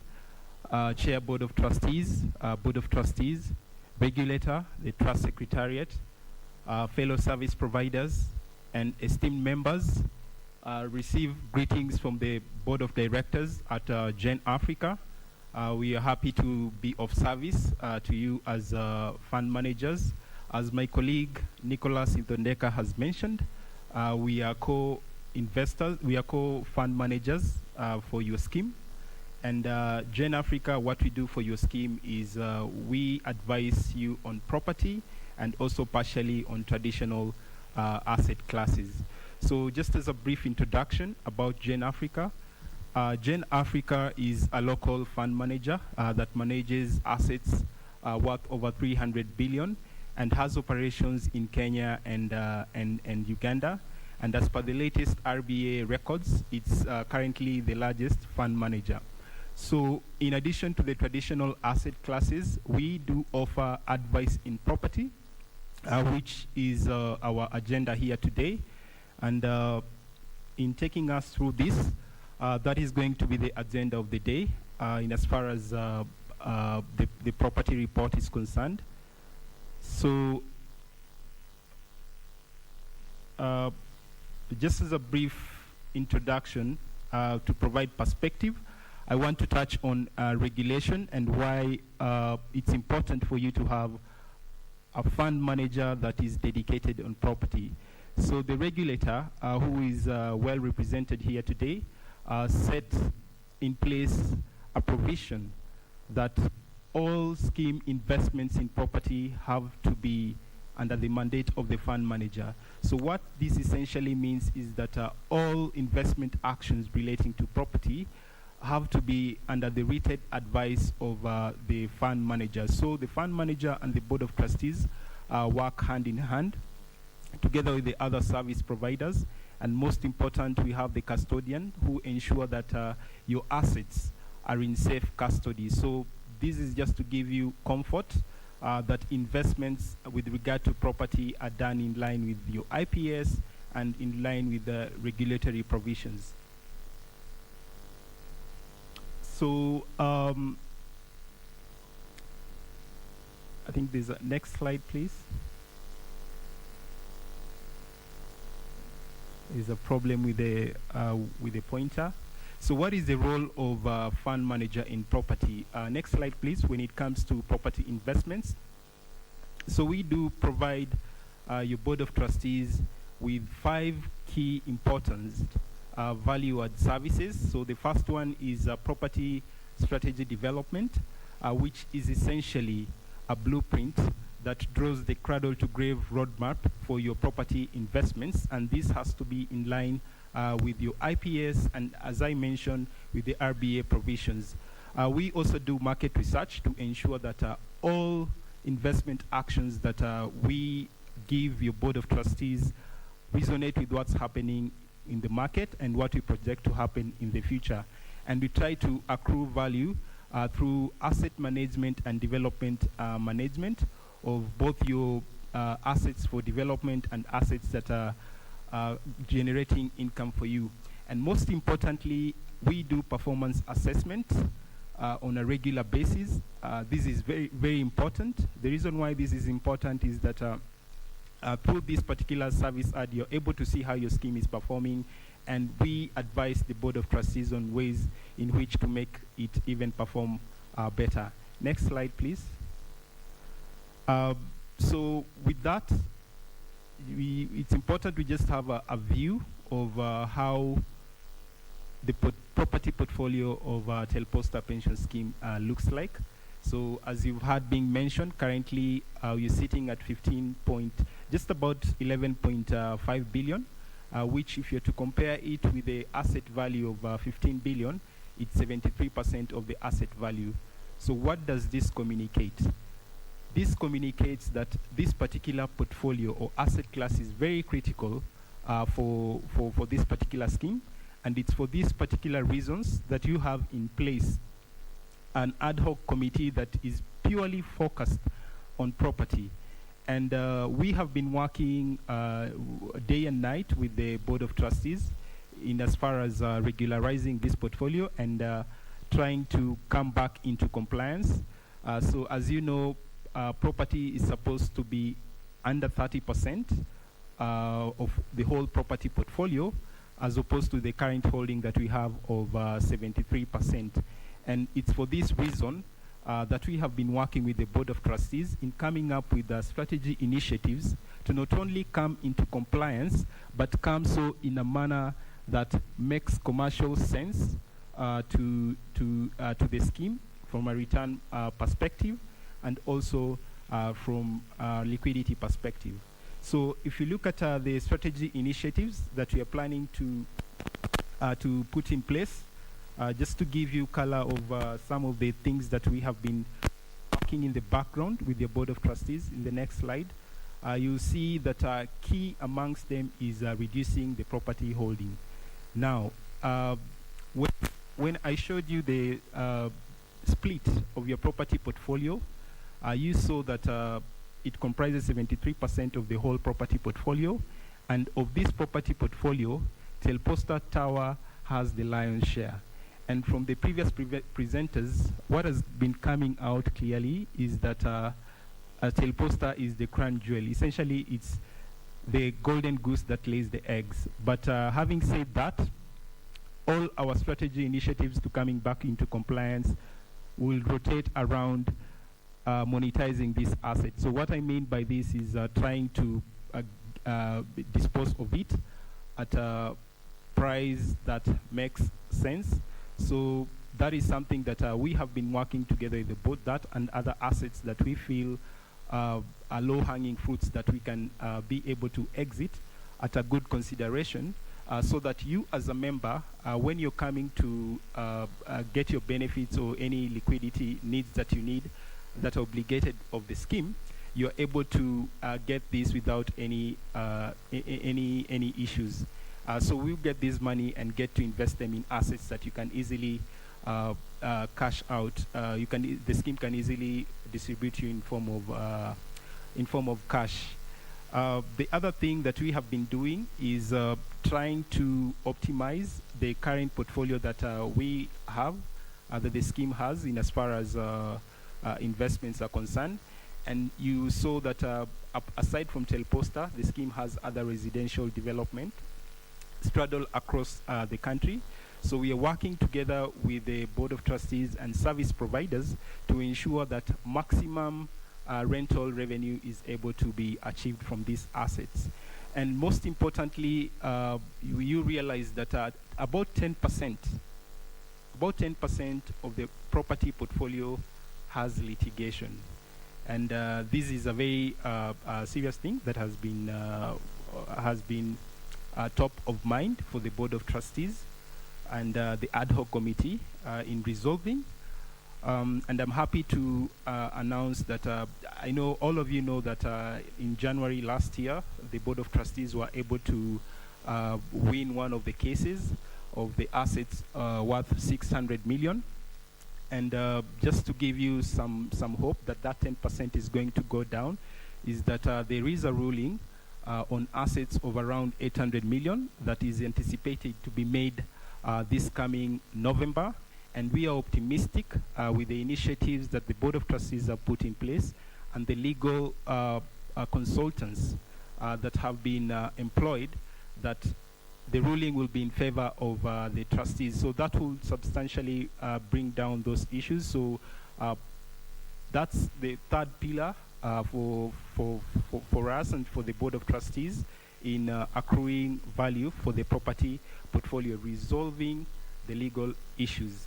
And finally, and most importantly, is just as I'd mentioned, the issue of optimizing your assets. So what I mean by that is that not only are we ensuring that the assets are able to generate revenues that are high, but also try to minimize on the expenses. And with that, Chair and Board of Trustees, I'd like to end my presentation and welcome the next presenter. Thank you.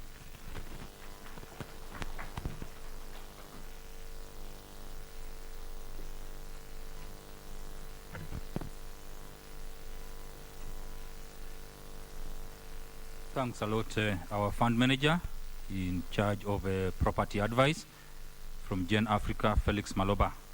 It is now the turn of our custodian, Kenya Commercial Bank Custody Services, Florence Duba.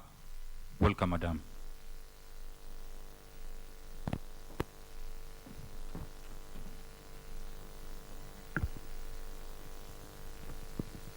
Thank you, Mr. Peter. As Chief Guest, CEO, Retirement Benefits Authority, the Board of Trustees, members of the Telposta Pension Scheme and Telposta Provident Fund, fellow service providers, good morning. It is my pleasure to present to you the custody report for the year under review. I will be confirming to you the services we provided the two schemes during the year, as well as confirming the safety of the assets of the two schemes. As I begin, our role as a custodian is to be responsible for the safe custody of all of the assets of the scheme, which you have had detailed in the audited accounts, and to ensure that we deal with all administrative matters relating to those assets. As your custodian, we are the only one who is allowed to receive the funds relating to all those assets. Therefore, the monies of this scheme do not go to your trustees or to your administrators. They come directly to your bank accounts, which are held at KCB Bank. And we act and are guided by the Retirement Benefits Act and regulations, which are set out to govern the way the scheme affairs are conducted. You've heard from the different service providers, and this separation of the duties of the different service providers ensures that there is complete transparency and accountability in servicing the assets of your scheme.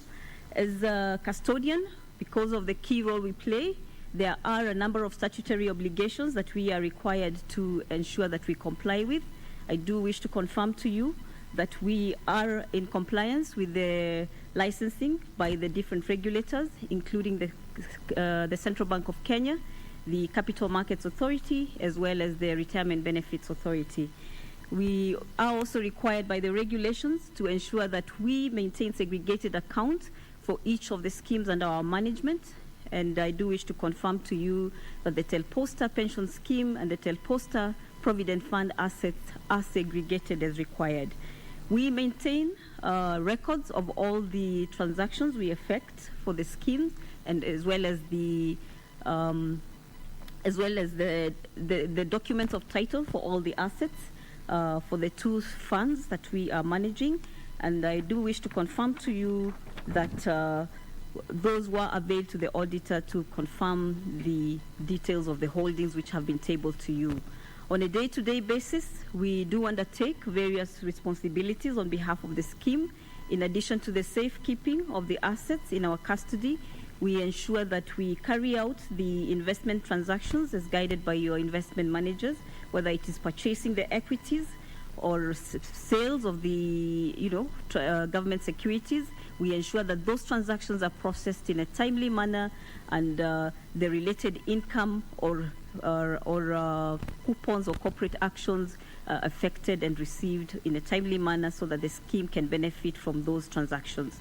We do undertake a regular reporting to the trustees and to the regulator, and as well as collect the income related to the investments that we manage, including the rental income and the dividends and the coupons. Finally, members, the other thing we do on a regular basis is ensure that the benefits payments are paid out in a timely manner when those are due for payment. As I conclude my report, members, I wish to confirm to you that the assets of the Telposta Pension Scheme and the Telposta Provident Fund are in our safe custody and were maintained in segregated accounts. All the investments that we undertook were within the guidelines which are set out by the Retirement Benefits Authority with respect to investments of the schemes, and the assets which have been tabled to you in the audited accounts are indeed in our safe custody. And just to confirm again, the values we did hold for the Telposta Pension Scheme, approximately 15.7 billion. This fund has grown to approximately 15.8 billion as at end of March 2021. For the Telposta Provident Fund, we did hold a total of 1.1 billion, and this has grown to 1.14 billion as at end of 31st March 2021. The assets that we did hold are as detailed in the audited accounts, including deposits, government securities, treasury bills, treasury bonds, quoted equities, as well as property. I wish to confirm to you, we hold all the title deeds. We do hold the documents of title for all the assets that have been presented to you. Thank you, members. I will stop there and address any questions that may be raised at the appropriate time. Thank you.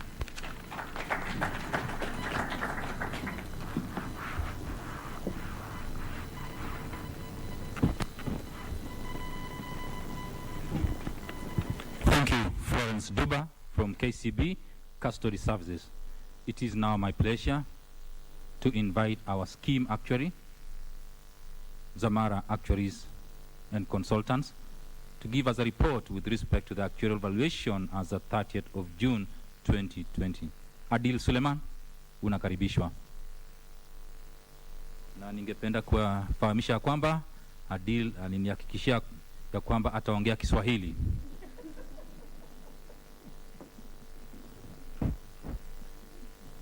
If only Peter, my Swahili was that good, but sadly it isn't. Good morning, trustees, RBA. Good morning, members, and delighted to be here. My name is Adil Suleiman. I'm here representing Zamara, your scheme actuaries.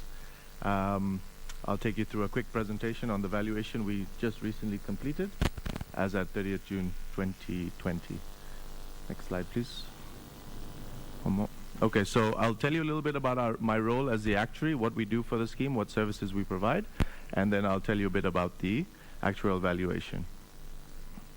So starting with the role that we play for Telposta Pension Scheme and Telposta Provident Fund, one of the key things we do is carry out actuarial valuations of the scheme, and I'll tell you a little bit more about what that involves. We also provide advice on investments of the scheme, so we provide some advice around strategy and assessment of investment performance, but we don't actually manage any of the money. You've already heard from the fund managers. We also give you advice on individual benefit calculations when members are leaving the scheme or retiring, and we also provide some miscellaneous advice, for example, costings of pension increases. So moving on to the valuation, why do we perform an actuarial valuation? It's effectively a financial health check, and my role as the actuary is to check on the financial health of the scheme. So we are assessing the funding level of the scheme to ensure that the assets we have are more than sufficient to pay out all the promises we have made to the various members of the scheme. It's also a legal requirement, so this is something that we have to do. The RBA requires evaluation to be done at least once every 3 years, and we need to fulfill that requirement, as well as the requirements of the Income Tax Act. And then the other part that we cover in the valuation is to look at what changes can be made to the benefits, whether any improvements can be made, depending on the financial health of the scheme. What are the benefits that are paid to you as a member of the scheme? You're entitled to a pension, which is payable for your lifetime. When you retire, you have an option to commute up to 1/3 of your pension. Commutation is effectively sacrificing some of your monthly pension in exchange for a single lump sum which you take when you retire. As part of the redesign of the scheme that happened in 2007 during privatization of Telcom, some changes were made, including providing pensioners with a guaranteed increase of 3% per annum. So for those of you who have retired, you will know that every year you get an adjustment to your pension of 3%. For those who have not yet retired, those who are deferred and basically have not yet reached retirement age, the pension is revalued at 4% per year up to the date you retire. And once a member passes on, the pension will continue to be paid for 5 years to their beneficiaries. Looking at the membership of the scheme, this is the first key part we look at when we do the valuation, because of course we're trying to assess what is the value of each member's benefit entitlement. So we need to know the membership of the scheme, what their pension entitlements are, or what they will receive when they eventually retire. So we start with the data, and the table on the slide will give you a summary of the data we've used. You can see the pensioner number has dropped slightly from 6,838 to 6,741. However, the total pensions in pay has increased to just under 780 million shillings per annum. That's for main members who have retired. We then have dependents, so these are beneficiaries of deceased members. There are 419 members, dependents, as at 30th June 2020, and they're receiving just under 51.5 million shillings per annum. The deferred members, these are members who are not yet of retirement age, but will eventually retire. There are now 541 compared to 915 3 years ago, so you can see many of them have retired. And the total pensions payable to them when they eventually retire as of 30th June 2020, the total value is just under 122 million. There are also some other small groups of members. There are former KCCT staff who still have benefits retained in the scheme, as well as a small group of members whose status is in limbo, and we're working with the sponsor to tidy that up. Now, I think I can skip this slide. You've already heard from your managers and heard a lot about the assets. This slide here as well, there's nothing really new here to note. I think the key thing to note here is the concentration of assets in property, which again you've heard already today from other presenters. So you can see that Telposta alone makes up about 42% of our assets, and in total our properties well over 70%. This is a regulatory concern because the law says we cannot have more than 30% of our assets in properties. But beyond just the regulations, it's also a concern for us because of the liquidity needs. At the end of the day, we need to pay members every month, and therefore we need to make sure we have sufficient cash on hand, and it's not simply looking at the assets. If you look at the table on the next slide, this shows you how the assets have moved in the last 3 years. So we started 3 years ago at 15.8 billion. We are now at just under 15.7 billion. We've effectively earned income on our assets of about 3 billion over the 3 years, but we've paid out a total of 3.2 billion over that same period. The bulk of that, of course, is benefits paid, which is about 2.9 billion, and then our expenses of about 350 million.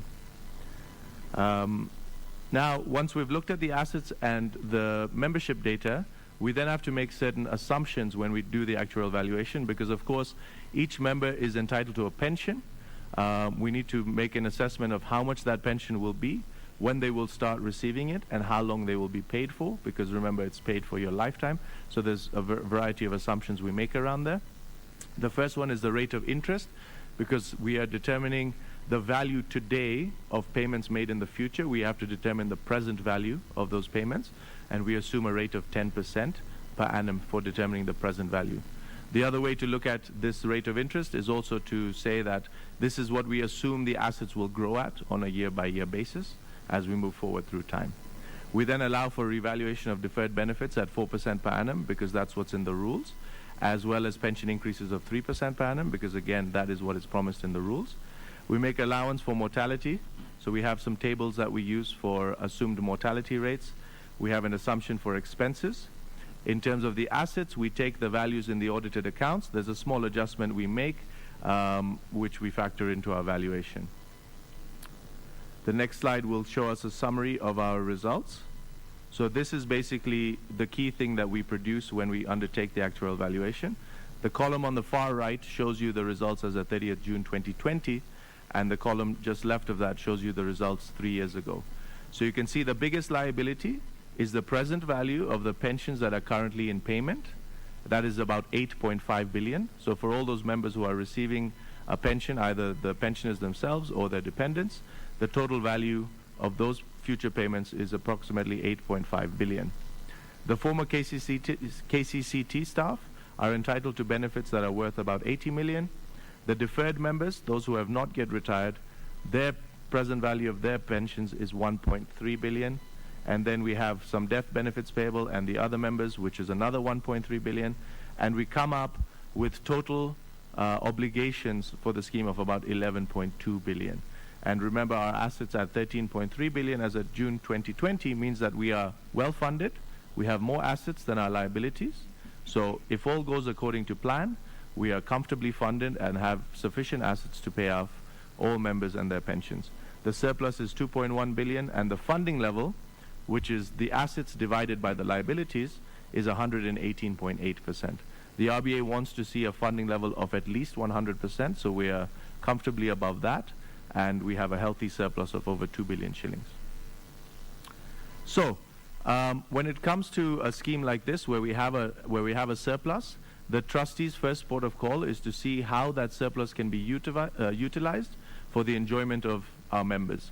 So the key thing in this scheme would be pension increases, because the bulk of our members are already pensioners, and for those who are deferred, they will soon be retiring. So remember, the pensions are increased at 3% per annum during payment, and during deferral they're increased at 4% per annum. There is scope to increase pensions by more than the 3% that's currently applied, so a discretionary increase could be given. However, we must first also be cautious of our asset mix in our scheme. Next slide, please. So, as I mentioned, 2.1 billion shillings is available in surplus, and the funding level is comfortably above the 100%. Next slide, please. So, the trustees will be looking at exploring ways to provide a pension increase. However, we have cautioned them that as much as we want to give an increase, we must be very careful to first ensure that we realign our property portfolio. You heard from Felix, who presented on the strategy around property. We need to bring the property percentage back down to regulatory compliance of 30%. And when we sell properties and exchange it for more liquid assets, initially cash, and then we'll invest them in more liquid investments, it will mean that we have that scope to give that pension increase. So the trustees are looking very closely at arranging that as soon as possible. Thank you very much. We'll be happy to take questions at the end.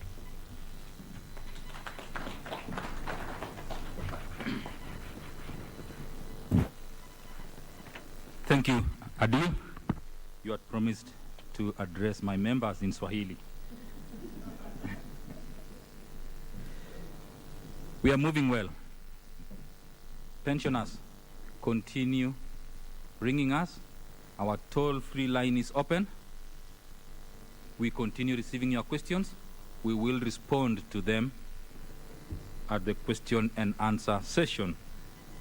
Allow me now to call upon our trustee to take us through remuneration of trustees. It's one of the statutory requirements. Welcome, Manuel Ndeleko.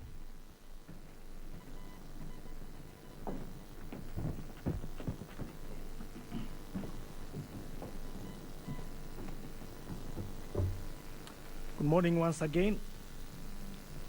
My duty is just to give you a report on the remuneration of trustees, both for the scheme and the fund.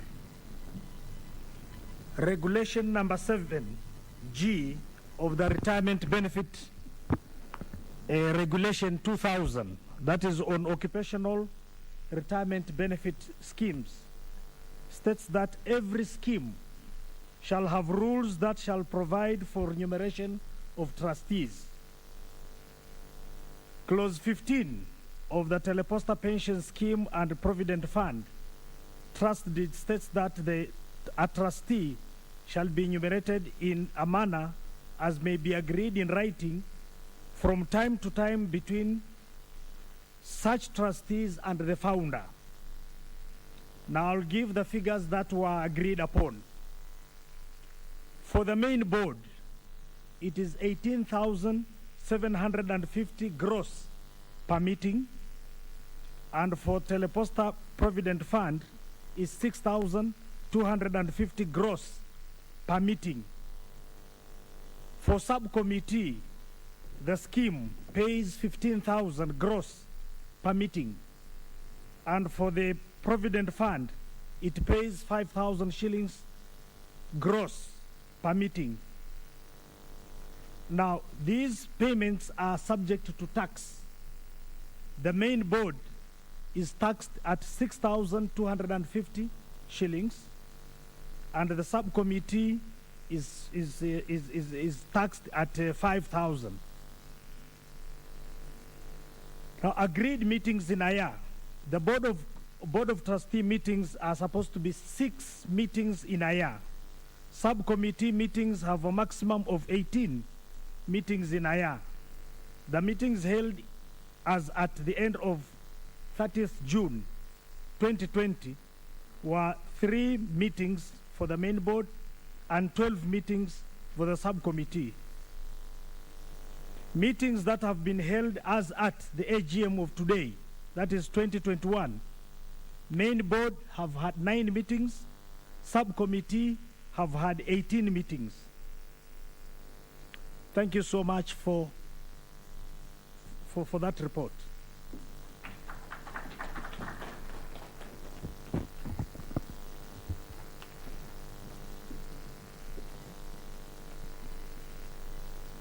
Thank you. Thank you. It is now the turn for members' questions and answers.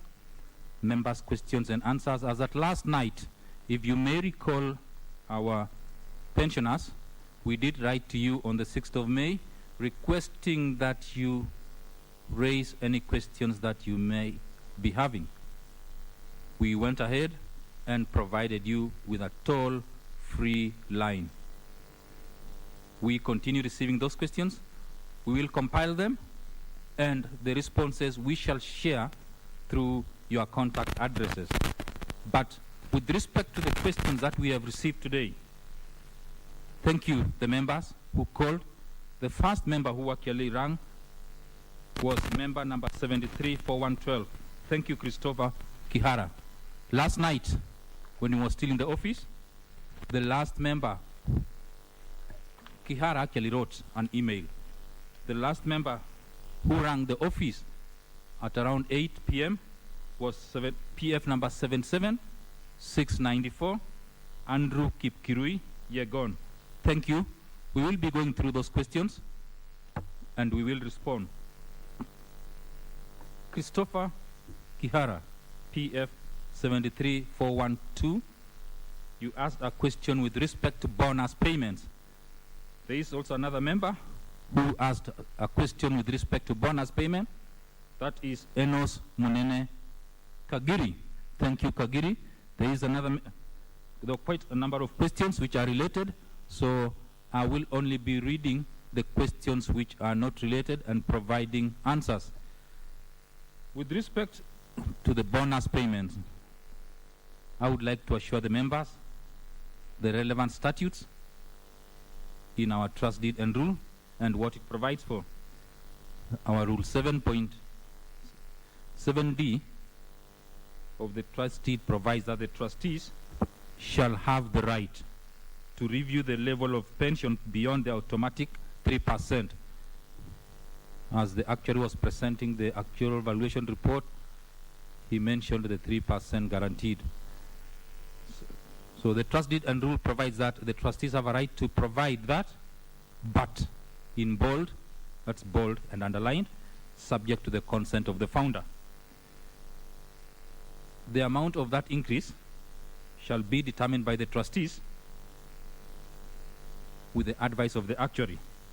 What this implies is that under the scheme rules, the trustees may review the level of pension in payment, but subject to the approval of the sponsoring employer.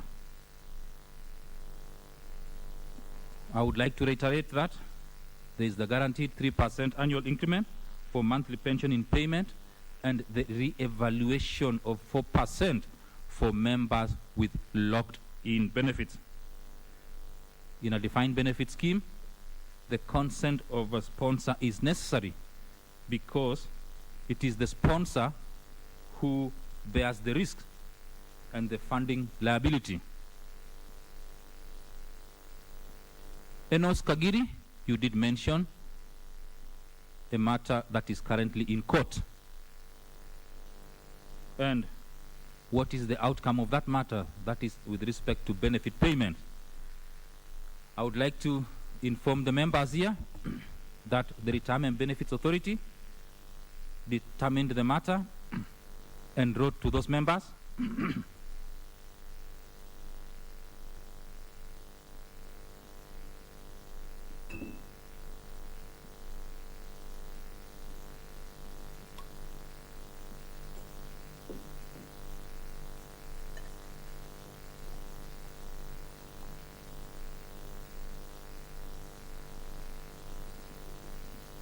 sincere apologies. It wrote to the members, determined that the benefits were calculated appropriately. Being dissatisfied with the decision of the regulator, the members moved to the Retirement Benefits Appeal Tribunal, and the Retirement Benefits Appeals Tribunal in February 2017 ruled in their favor. The trustees looked at the matter and appealed the decision. The matter is now within the courts, and I would not like to dwell on a matter which is in court because that would be sub judice. Geoffrey Kimani Kihanda, 21869. You did write to us asking what is the term limit for the board chairman to serve.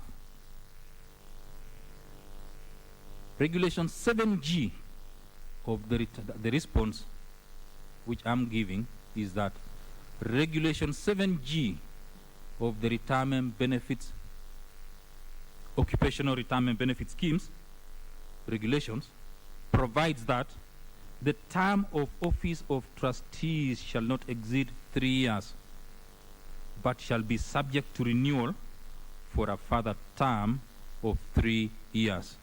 That is in bold. The law provides that a trustee can serve 1 term and a further term. And in the event the trustee serves in office, consequently, the maximum period the trustee will serve shall be 6 years.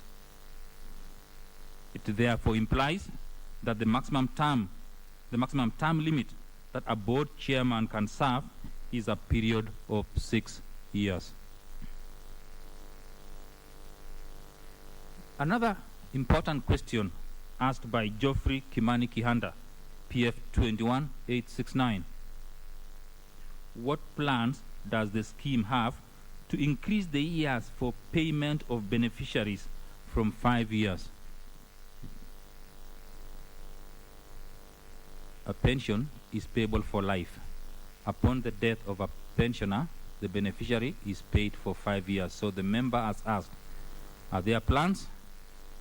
I would like to inform the member that the Telposta Pension Scheme Trust Deed and Rules provides that the dependent's pension is payable for a period of 5 years. Why is it?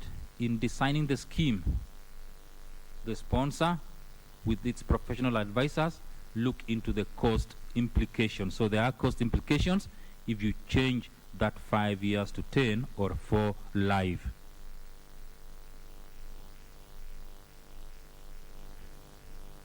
PF number 26456. Agree James Opio Anyango. You did ask about a bonus. I have responded. You have asked another question with respect to properties, holdings that are not generating yields. That is because of rent defaulters. I would like to assure the member and the pensioners that the scheme has appointed service providers. With respect to residential properties, we have 3. In the coastal region, it is Legend Management. In Nairobi and Central Region, it's Kent State. Rift Valley and western parts of Kenya, it is Advent Valuers. What do? They levy distress for rent, and when these members feel dissatisfied, they rush to court. As a responsible legal entity, we will always follow the due process as determined by the court. Another very important question raised by the same member, Agri James Onyango Opio. Land properties like the one in Gilgil, why can't the scheme sell them and invest the money in bonds instead of leaving the land to grabbers? It's good you mentioned Gilgil. When the Gilgil property was vested to the trustees in 1999, it had some encumbrances. The records that we inherited showed that there had been legal issues from way back in 1985. What did the trustees do? The trustees went to court. For the pensioners who were keen, our fund manager did mention a ruling was delivered on the 19th of January 2020. Look at the number of years matters takes in our courts. We have to be patient as members on all these properties that we have litigations, issues. We just won that case, and there is a process now to ensure the title deeds that were in third parties are reverted to Telposta Pension Scheme, because the court actually declared and directed the Ministry of Lands, that's the Director of Survey, to cancel the third party green cards. The 68-acre piece of land, a pensioner again might ask, why didn't we sell the portion which has presidential and then we fight in court? The matter was not only affecting the 68-acre piece of property, it was affecting the whole. If we had lost the 68-acre piece, it would have affected the portion where the 172 units are built, plus the pond, the 2.5-acre pond. So if we had lost the whole of it, it would have implied that even the property where we have residential houses would have been taken by the third parties. So let us appreciate the wheels of justice. Let us be patient. It pains us at times on those properties which are in third parties. That's not the only one. There are various properties that we have to spend to ensure your rights as members are protected. And how do we protect them? By ensuring we are always in court. Which goes to the next question, which the member has asked. Why can't the scheme avoid unnecessary court cases which drain the scheme in payment of legal fees?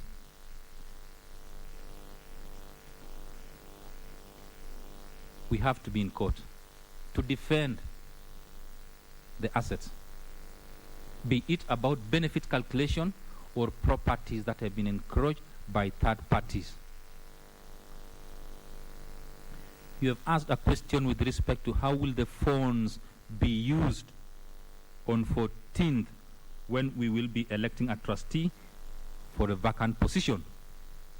We are mailing to you a summarized process so that on the 14th, when you will be having elections of member nominated trustees, it will be a seamless process, very easy, and we will write to you in a simple, non-technical language. We are actually dispatching the letters in the course of this week, so I urge our pensioners, our deferred members, wherever they are,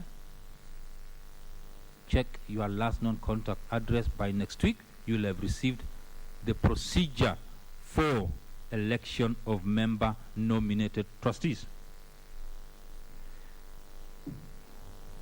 Opio, you asked another question. Monthly pensions paid to members is so little. No, there's one. We are requesting the scheme to print T-shirts with scheme logos for members. This will make members feel part and parcel of the scheme. It's a good idea. We would not like to do that. You can imagine printing 10,000 T-shirts for members. Assume one goes for 1,000 shillings. We are here to make payments, monthly payments, and also lump sum for members who reach retirement age. I don't think the trustees will be in a position to print T-shirts at the moment. Next question. Monthly pension paid to members is so little, and especially members who left service in 2006 and were known as Bamba 50. Their monthly pension is higher. That's a very important question. Their monthly pension is higher than those who left after 2007 onwards. Your father proceeded and said a member who was in a lower grade and was earning a lower salary gets a higher pension than his boss who left after 2007. Very important. The benefits payable is a function of the years of service, the salary you are earning at the time of leaving. It also depends on the option that a member took upon leaving service. And the third one, when the encashment of benefits, there was a legislation that came into effect on the 8th of June 2005, which allowed members to take a portion of their benefits. So what happens with these members who were senior and left service after 2007 is they encashed a certain portion of their money in 2007 when they were retrenched. Over and above that again, the legislation was changed in 2010, allowing members to come and dip into the nest egg of their benefits. You are senior, you are retrenched in 2007, you dip into the benefits. When the legislation was amended again in 2010, you came back and dipped into the benefits. Upon reaching the retirement age, you have actually reduced the pot of earnings in the basket. I hope we are very clear. Unlike these members who left earlier, the legislation had not been changed. You are senior. This person who left earlier was junior, but is leaving at 55. So leaving and has not dipped into the pot. I hope that is very, very clear. When you dip into your earnings, you end up at the age when you come and commute your benefits at the normal retirement age, you will have depleted your savings. Peter Mwau Mwini, 64608 from Machakos. how many properties does the pension scheme have in Machakos? I would like to assure we have. There's one in Kilimani. There is one, six acres. That's the second one. And a third one near the town, within the town. So, but there was one which was vested and was not for the scheme. We are trying to liaise to ensure. So we have 3 legally ours, one which was vested but was not ours by the time of vesting. And we have been advised by our legal counsel that we ensure that property is expunged from the vesting order, and another one in lieu of that is replaced. Geoffrey Kazungu Mramba, your question on bonus has been answered. Stephen Tom Agola, you want a smartphone worth 20,000 that can amicably guarantee Zoom meeting. This can be done and repaid in installments as a loan. Agola, we are not in a position to guarantee to give you a phone worth 20,000.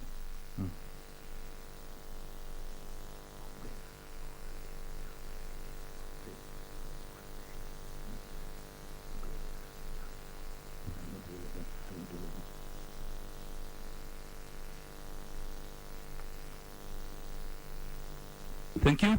We continue. As I promised, these are just questions which have come in now, but remember we have to keep time. We will be responding to all the questions, and I would like to thank all the members. I just want to respond to the questions that we received as at last night at 8 p.m. Our staff was still in the office compiling the questions. Another question: if a member dies, for how long is the next of kin paid the pension? And what is Retirement Benefits Authority stating on this? Our members who are watching us, if you are in receipt of a monthly pension, you have retired and you are promoted upstairs, the pension payable to your beneficiaries, either children who are eligible or a spouse, is a pension payable for 5 years.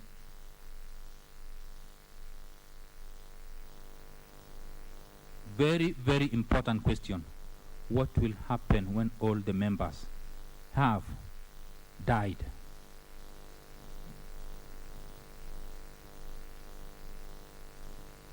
I would like to inform the members that the youngest member in the scheme was born in 1982. The post pension scheme was closed to new entrants and to future accrual of benefits as of 30th of November 2007. Theoretically, the scheme's assets will be depleted slowly by way of monthly pensions, such that by the time the beneficiaries of the last pensioners receive their last of the 5 years pension, there will be no assets left under the scheme. Remember, there is a person guaranteeing these assets, and that's the sponsor. And the sponsor ultimately bears the risks by underwriting the benefits. And we have our members kindly read the trust deed and rule, and specifically clause 27, which provides that unless otherwise terminated under the provisions hereof of the rules, the trust here shall continue until the death of the last member, who, having been born on or before the commencement date and dies, will still a member for such long a period as the law may allow. The benefits under the next clause states that the trust shall be determined at the expiry of that period. Your father asked an important question with respect to NHIF. Let us kindly continue enrolling in NHIF, very critical in your retirement, because we have an MOU with NHIF that enables deduction and remittances at source and we normally remit these funds before the 9th of the coming month. Ramadan, this is a very important question for deferred members. I think this is the last question. We will be sharing these questions with all the members. We'll be writing, responding, and mail it. Ramadan is a deferred member. And what did Ramadan ask? He would like to access the locked-in benefits before reaching the fund's normal retirement age due to financial constraints. He was born in 1972. Our response is that unless the law on preservation rule is changed, the earliest age at which members can access locked-in benefits is the scheme's normal retirement age, and that is upon written request. You can access, however, the benefits before attaining age 50 on medical grounds. And when it's on medical grounds, upon a written medical, certified medical report. Andrew Kibiegon, that's the last question. The composition of the current Board of Trustees. I would like to say we are 7 for the defined benefit scheme, and we are 6 for the defined contribution. That is the last question. Thank you, members, for the questions. I would like to assure you that we shall be responding to the questions that just came in, because we are remaining with a few minutes.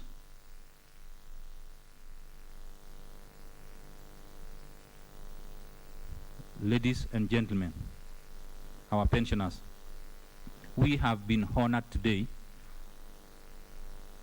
to have in our presence the Chief Executive Officer of Retirement Benefits Authority. In the history of Teleposta Pension Scheme, this is a major milestone.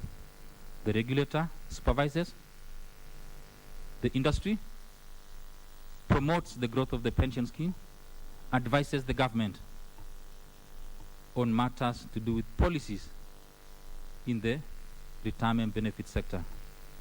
Nzoma Mutuku, welcome, sir. Thank you.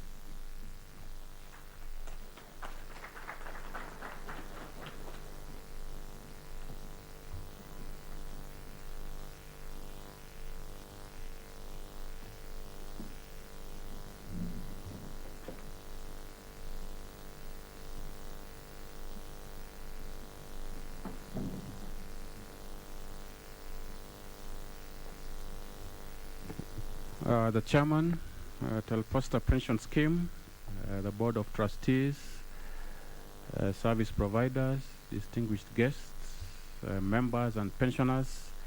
It is still morning, I believe. No, it's just afternoon. Good afternoon.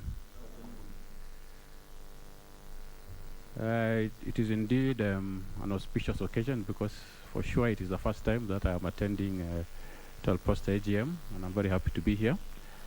I've not come alone. I've come with a very strong team, and I want to introduce them before I read my remarks. Sitting at the back there, we have our Chief Manager Supervision, Mr. Charles Mashira, and in front here we have our Deputy Manager Supervision, who is also the scheme officer in charge of this scheme, Carol Wanjala.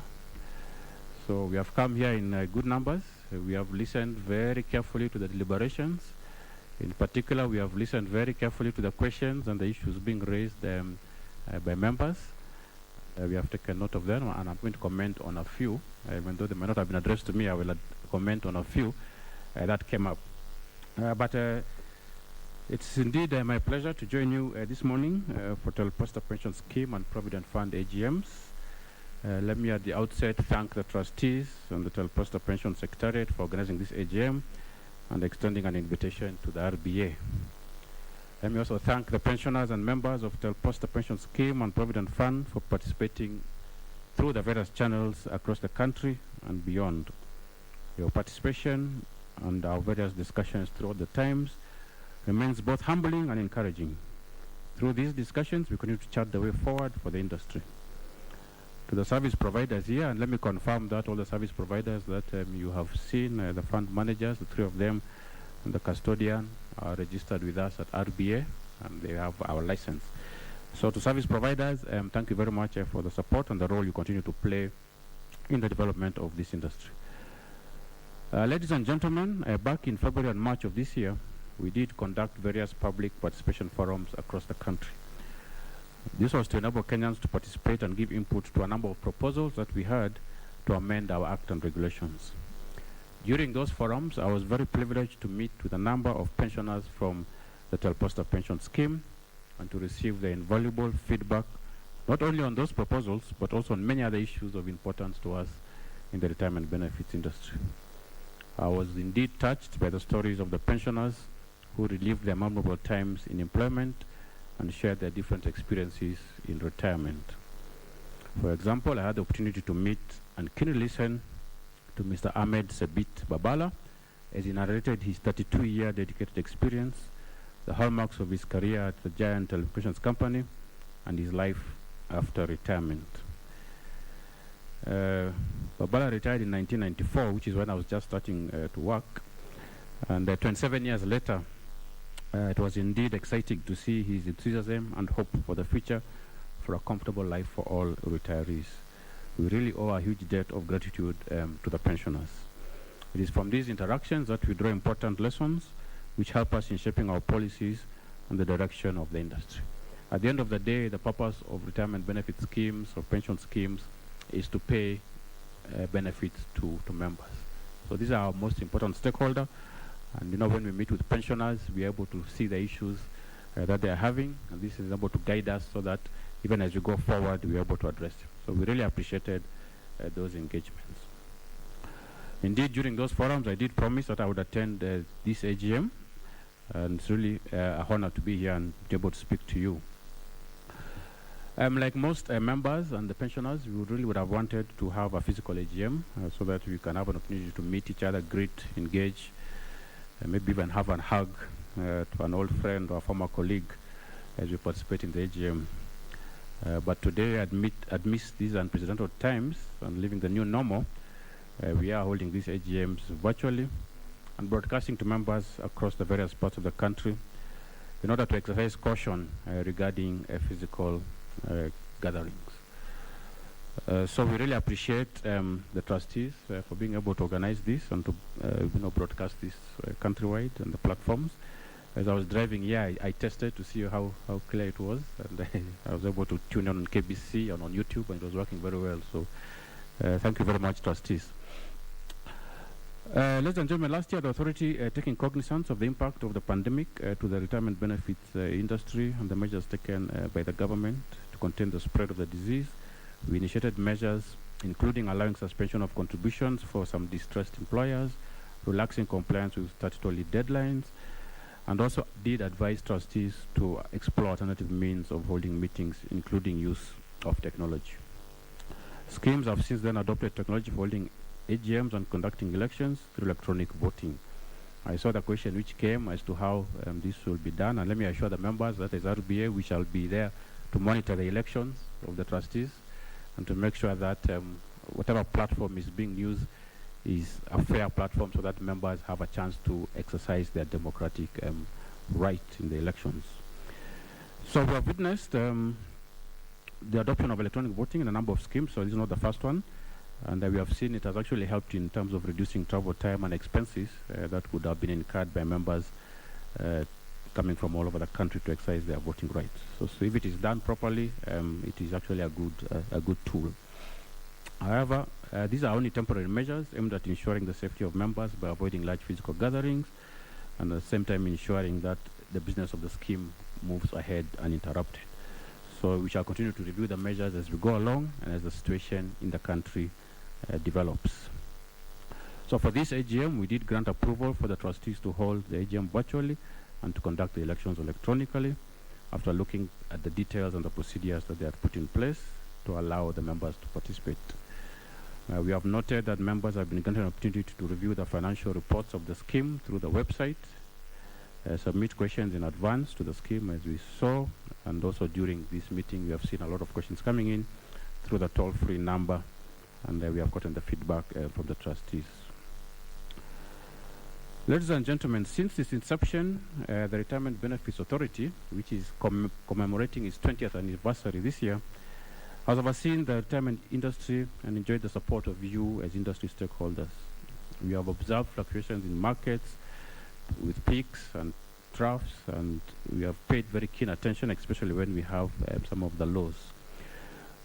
We are happy that our stakeholders have inculcated good governance principles in management of schemes, even if you have taken note of the various demands coming from the members concerning scheme affairs. We celebrate the various innovations in the industry that have resulted in new products and services. Today, despite the ravaging effects of the COVID-19 pandemic, the retirement benefits industry has remained relatively resilient and continues to report growth. As at the end of December 2020, the overall retirement assets under management stood at 1.4 trillion, which was an increase of 7.76% from the 1.29 trillion that we had in December 2019. Whereas this is slower than in the previous years, it is still a commendable performance given the effects that we had of the pandemic on both the labor side and also the financial markets side. In fact, we had three shocks. We had the shock of people taking their money out, we had the shock of employers suspending contributions, and then we had the shock of the markets, as you have seen in the earlier presentations, which performed very poorly in 2020. But nevertheless, we have still been able to register that 7.7% growth. So pension fund values were eroded as a result of the reduced contribution from members, withdrawals due to job losses, applications to suspend contributions. Investment returns equally declined due to the depressed economy and financial markets. As a result, schemes did adopt a more conservative approach to investment, increasing their exposure to government securities and guaranteed funds, as opposed to quoted equities and other investments to mitigate the risk from the excessive stock market volatility. We are ever hopeful that the industry will be stable this year after the COVID shocks witnessed last year. We are happy to see, at least for the first quarter, we saw the report from the fund manager, how things were up. And even other indicators, for example, banking sector performance, we have been seeing the first quarter reports of the banks showing very good improvement in terms of performance, which is always a good leading indicator. Ladies and gentlemen, we have listened and empathized with teleposter pensioners, some of whom have narrated their touching stories on their plight, in particular with respect to accessing medical services.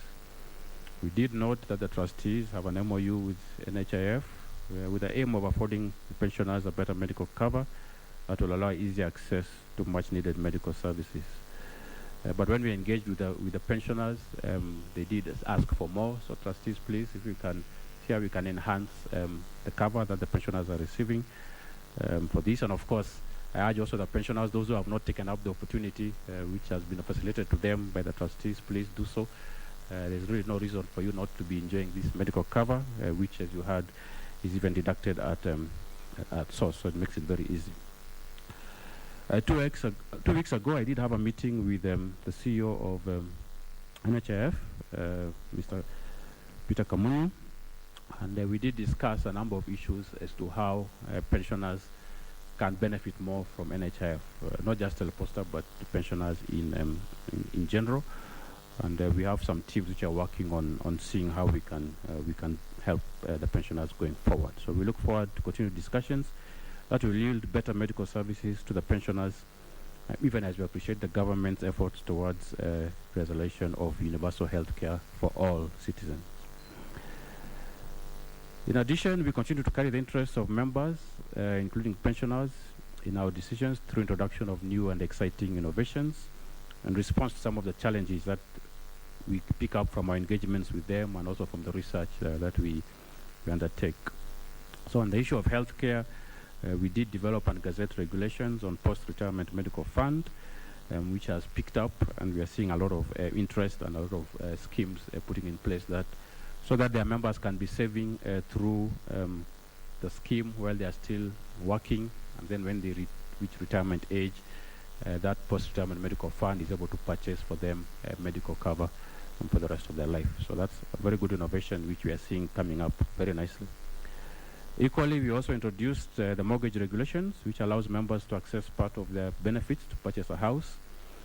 This again is also timely because it comes when the government has embarked on fulfilling its agenda of affordable housing, so that members can also benefit. So on the supply side, the government is giving us houses, and on the demand side, we are allowing members to use some of their money to purchase a house. So we urge schemes to contribute to this agenda, perhaps coming up with housing projects to benefit their members. The idea here is to ensure that when their members reach retirement, at least they have a home, so that at least they're not struggling with issues of rent and so on, which we have seen is a concern from the pensioner survey that we have done. So ladies and gentlemen and members, let me turn my remarks now to your scheme, starting with the Telposta Pension Fund and also the Provident Fund. I think let me first say that the schemes are largely compliant with the provisions of the Act and the regulations. So congratulations, trustees. In most cases, you are compliant with the provisions. Second, we are very happy that the schemes have been able to meet their obligations in terms of payment of benefits. In all those discussions with the pensioners, they did confirm that they do receive the pensions on timely basis. So again, we commend you for that. We don't have cases of late payment as we have in some other schemes. We also note, as has been reported by the actuary earlier on, that the assets of the scheme stood at 118.8% of the liabilities, which is above the 100% that we require, and therefore the scheme is indeed in a very satisfactory position in terms of its valuation. But we do note that there has been a decline from the 124.8 that was there in the previous valuation of June 2017 and 138.8 which was there in June 2014. However, although this valuation reveals that the scheme has a surplus, the authority is very concerned about the scheme's ability to continue to meet its liquidity needs.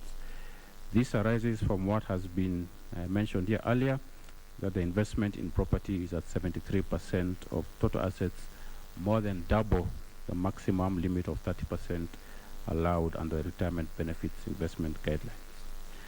We note that the trustees have submitted a remedial plan which has been approved by the authority, which outlines measures by the trustees to reduce these property assets and deploy the proceeds from the sale to other fixed income securities, while at the same time not undertaking any further investments in property.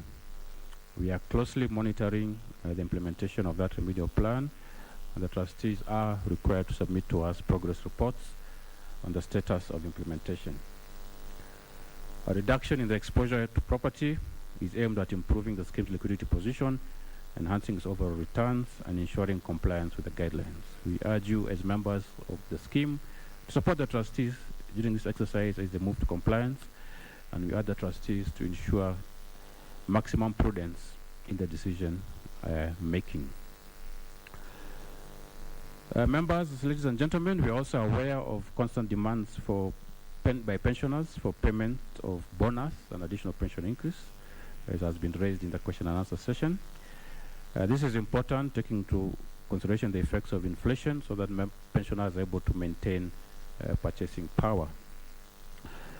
Benefits are however payable in accordance with the provisions of the rules of the scheme, and we do know that the scheme does provide for an annual pension increase of 3%, but does not provide for the bonus payments.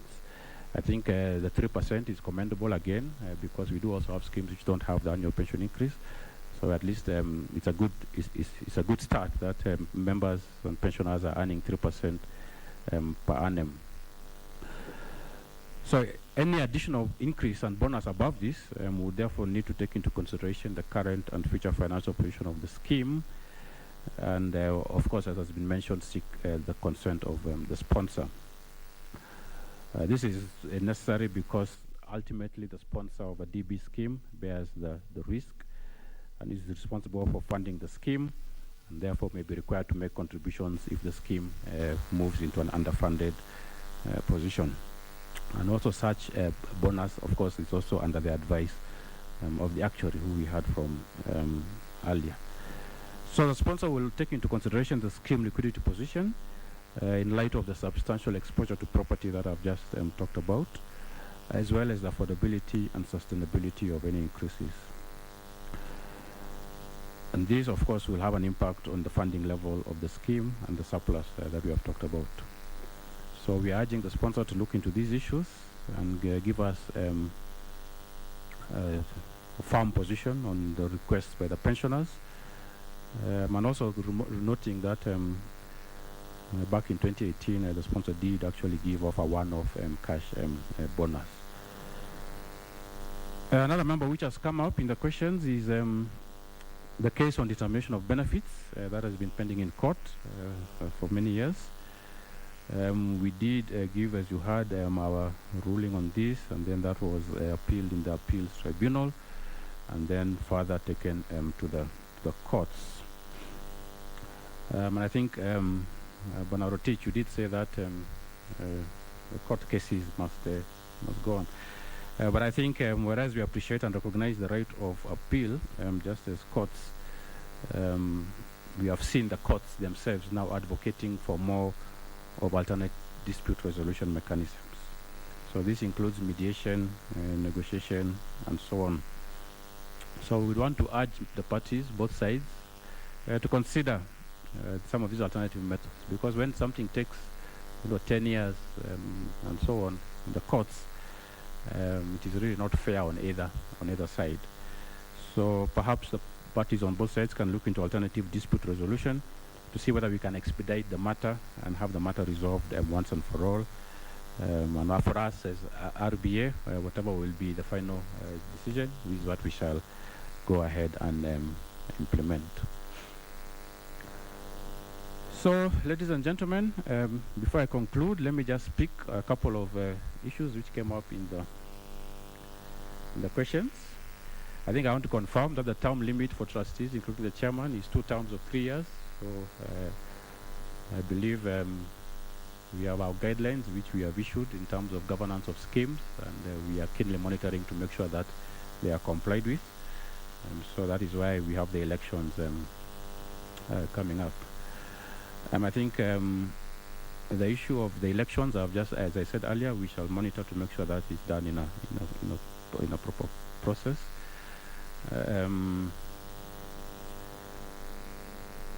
The issue of beneficiaries, that's a very good question. Why the beneficiary should only be paid for 5 years after unfortunate demise of the principal member. I think that's something which is not provided for in law. It is up to the scheme, trust deed and rules, which guides how that is done. So we don't have any uniform formula. But again, trustees and the sponsor can look at it and see if we have a lot of cases of dependents who are suffering after the 5 years.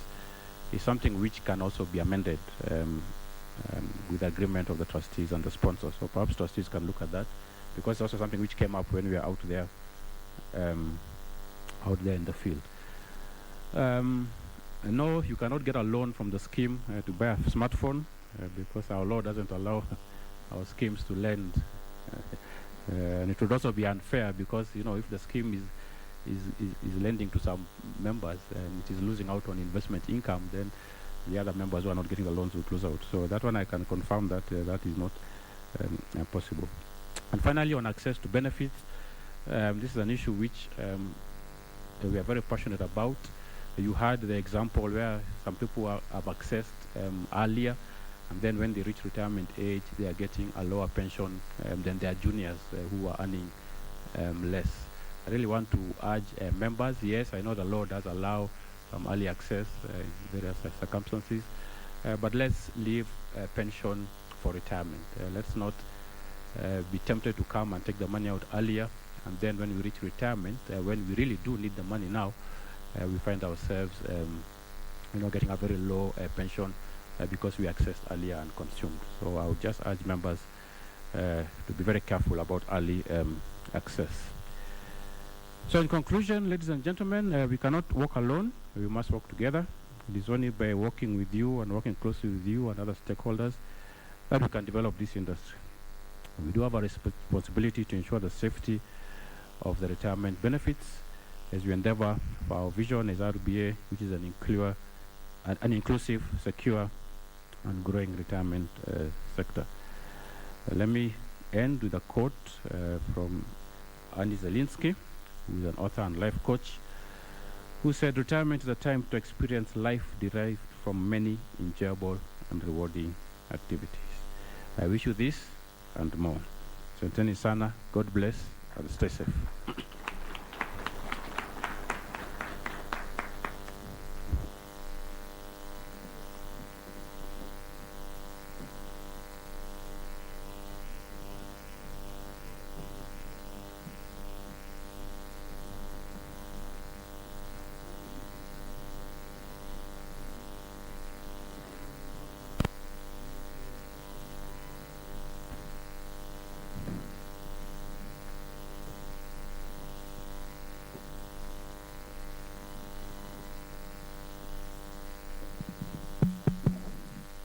Good afternoon, all. There's a book that I read on a daily basis, and it says, "In everything, give thanks." And I'm sure some of you read that book with me. So thankfulness is the beginning of gratitude.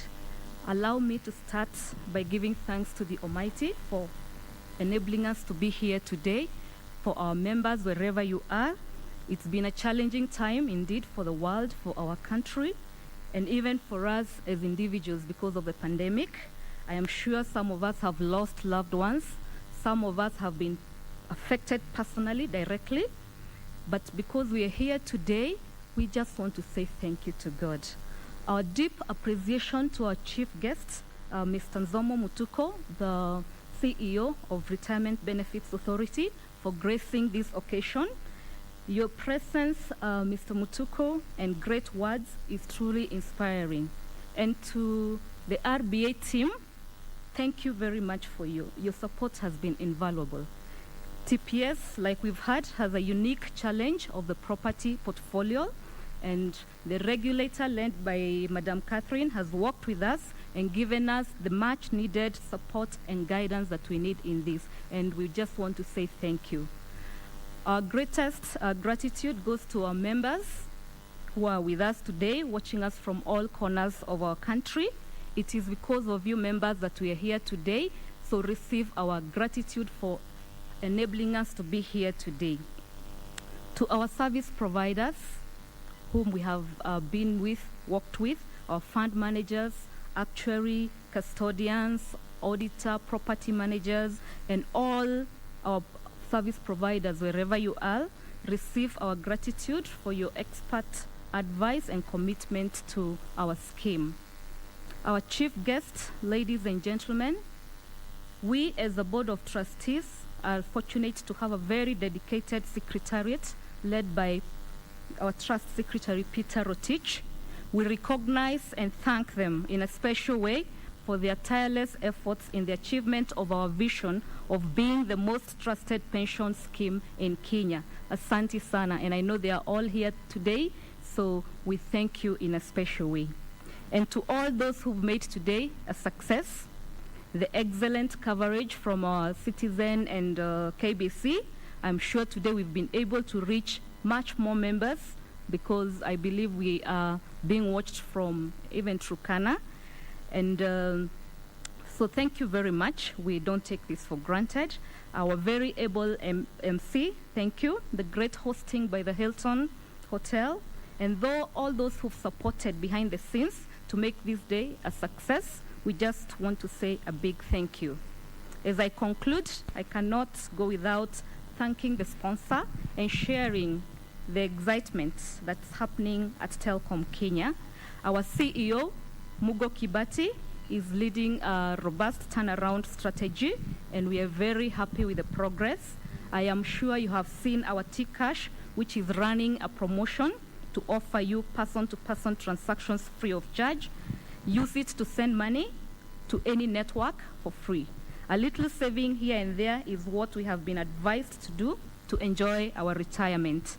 Please embrace your sponsors' offerings when you see them, and there will be many more good days ahead. And to all the speakers today, thank you very much for keeping time. Thank you, Madam Patricia, for adding spice to our AGM. You really did it for us. Thank you very much. God bless you all. God bless TPS, and God bless Kenya. Asanteni sana. Ma'am, asante sana. Thank you so much, Mrs. Rachel Mwendia, for the vote of thanks. To all our esteemed viewers who are watching us from all parts of this country, we'd like to thank you for coming to the end of this meeting today.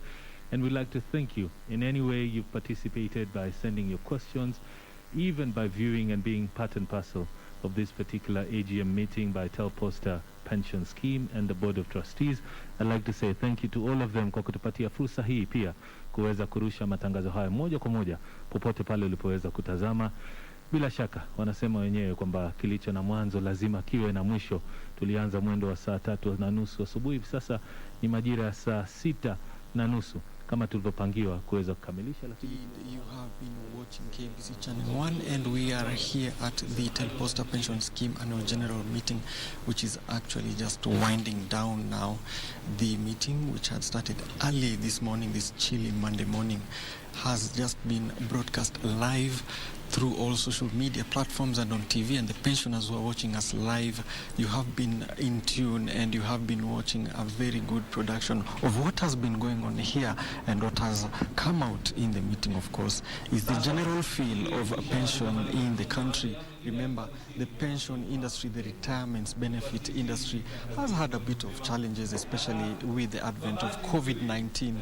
But amazingly, during this time, the pensions benefits schemes in general made a 7.76% increase, especially even through the pandemic. We had about 1.4 trillion been added as at December 2020. And of course, just to remind members that innovations in the sector and of course also the amendments in the acts and regulations in the sector have helped boost pension in the scheme. This particular scheme, the Telposta Pension Scheme, of course, the pensioners not here per se in person because of strict COVID restrictions. Where we are right now, the space has been strictly adhered with the COVID-19 protocols, and only a few people, especially the trustees and the VVIPs, who are allowed to come through. But over and above that, the pension scheme remains strong, and the message is that the innovations and going forward the investments that the robust retirement benefits sector continue to give us will of course benefit members going forward.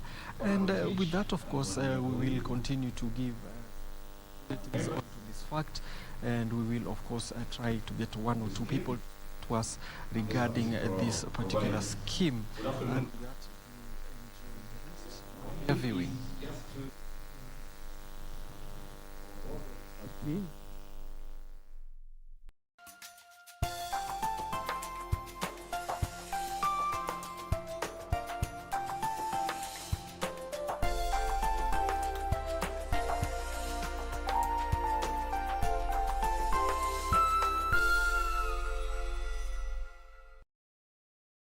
What's going on? We know how much you hated Odie. We know how much you wanted him gone. Wait a minute. All I wanted was to sleep in my own bed. And to do it, you cast Odie out into the cold, cruel world? We saw how you locked Odie outside last night. Oh, I don't... Every dog has his day, Happy. Nice, kitty. Let's see what's on the news. Ducks again? Jump back! Kiss myself. If I ever get off this chain, you're going down. Everybody back up! I don't know how wild this thing is going to get. Like this, we're gonna drop the beat, rock the house, get you up. Tonight on KBC Channel 1. It's time for us to give you some juicy, amazing entertainment. What?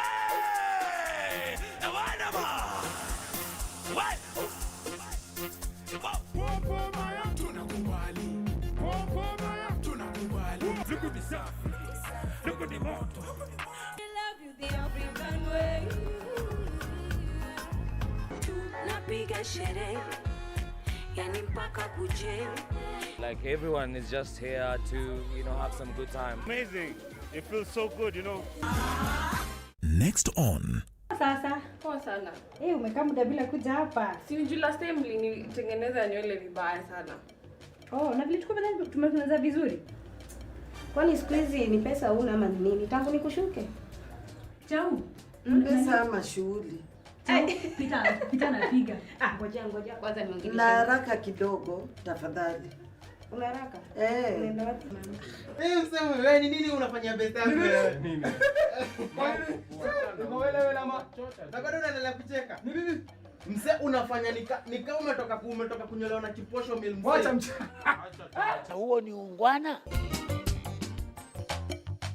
Tonight. What else is there to say? Let's not turn this into one of those soap operas, okay? It's not what it looks like. Mr. Gao. Sign my jersey, please. You even have a pen. I'm a big fan of yours. I've watched you for so many years. Thank you. Go on. I do. I will. I can't believe I finally met you. I can't even catch my breath. I don't even have an ounce of energy left. Save it. What are you doing? What? Me? I can't. Just go get changed. I really can't. I'll play. Go. You can't. Put on your coat. You can't man down. Next on. We not take Congo long, just like the Amazon. Split big like a cylinder, man on beat like God. That's my word. Time for me do it now. I hope you heard, girl. I found true love, and it feels like freedom. Oh my life. I'll give you all you want. Don't even have to ask. What will you give me in return? Give you all my love. Next on. Sijauliza mamli ngapi, ngauliza pesa ngapi. Lakini sasa ngoja niwaambie wahenga wanasemaje? Asiyefuzwa na wazazi wake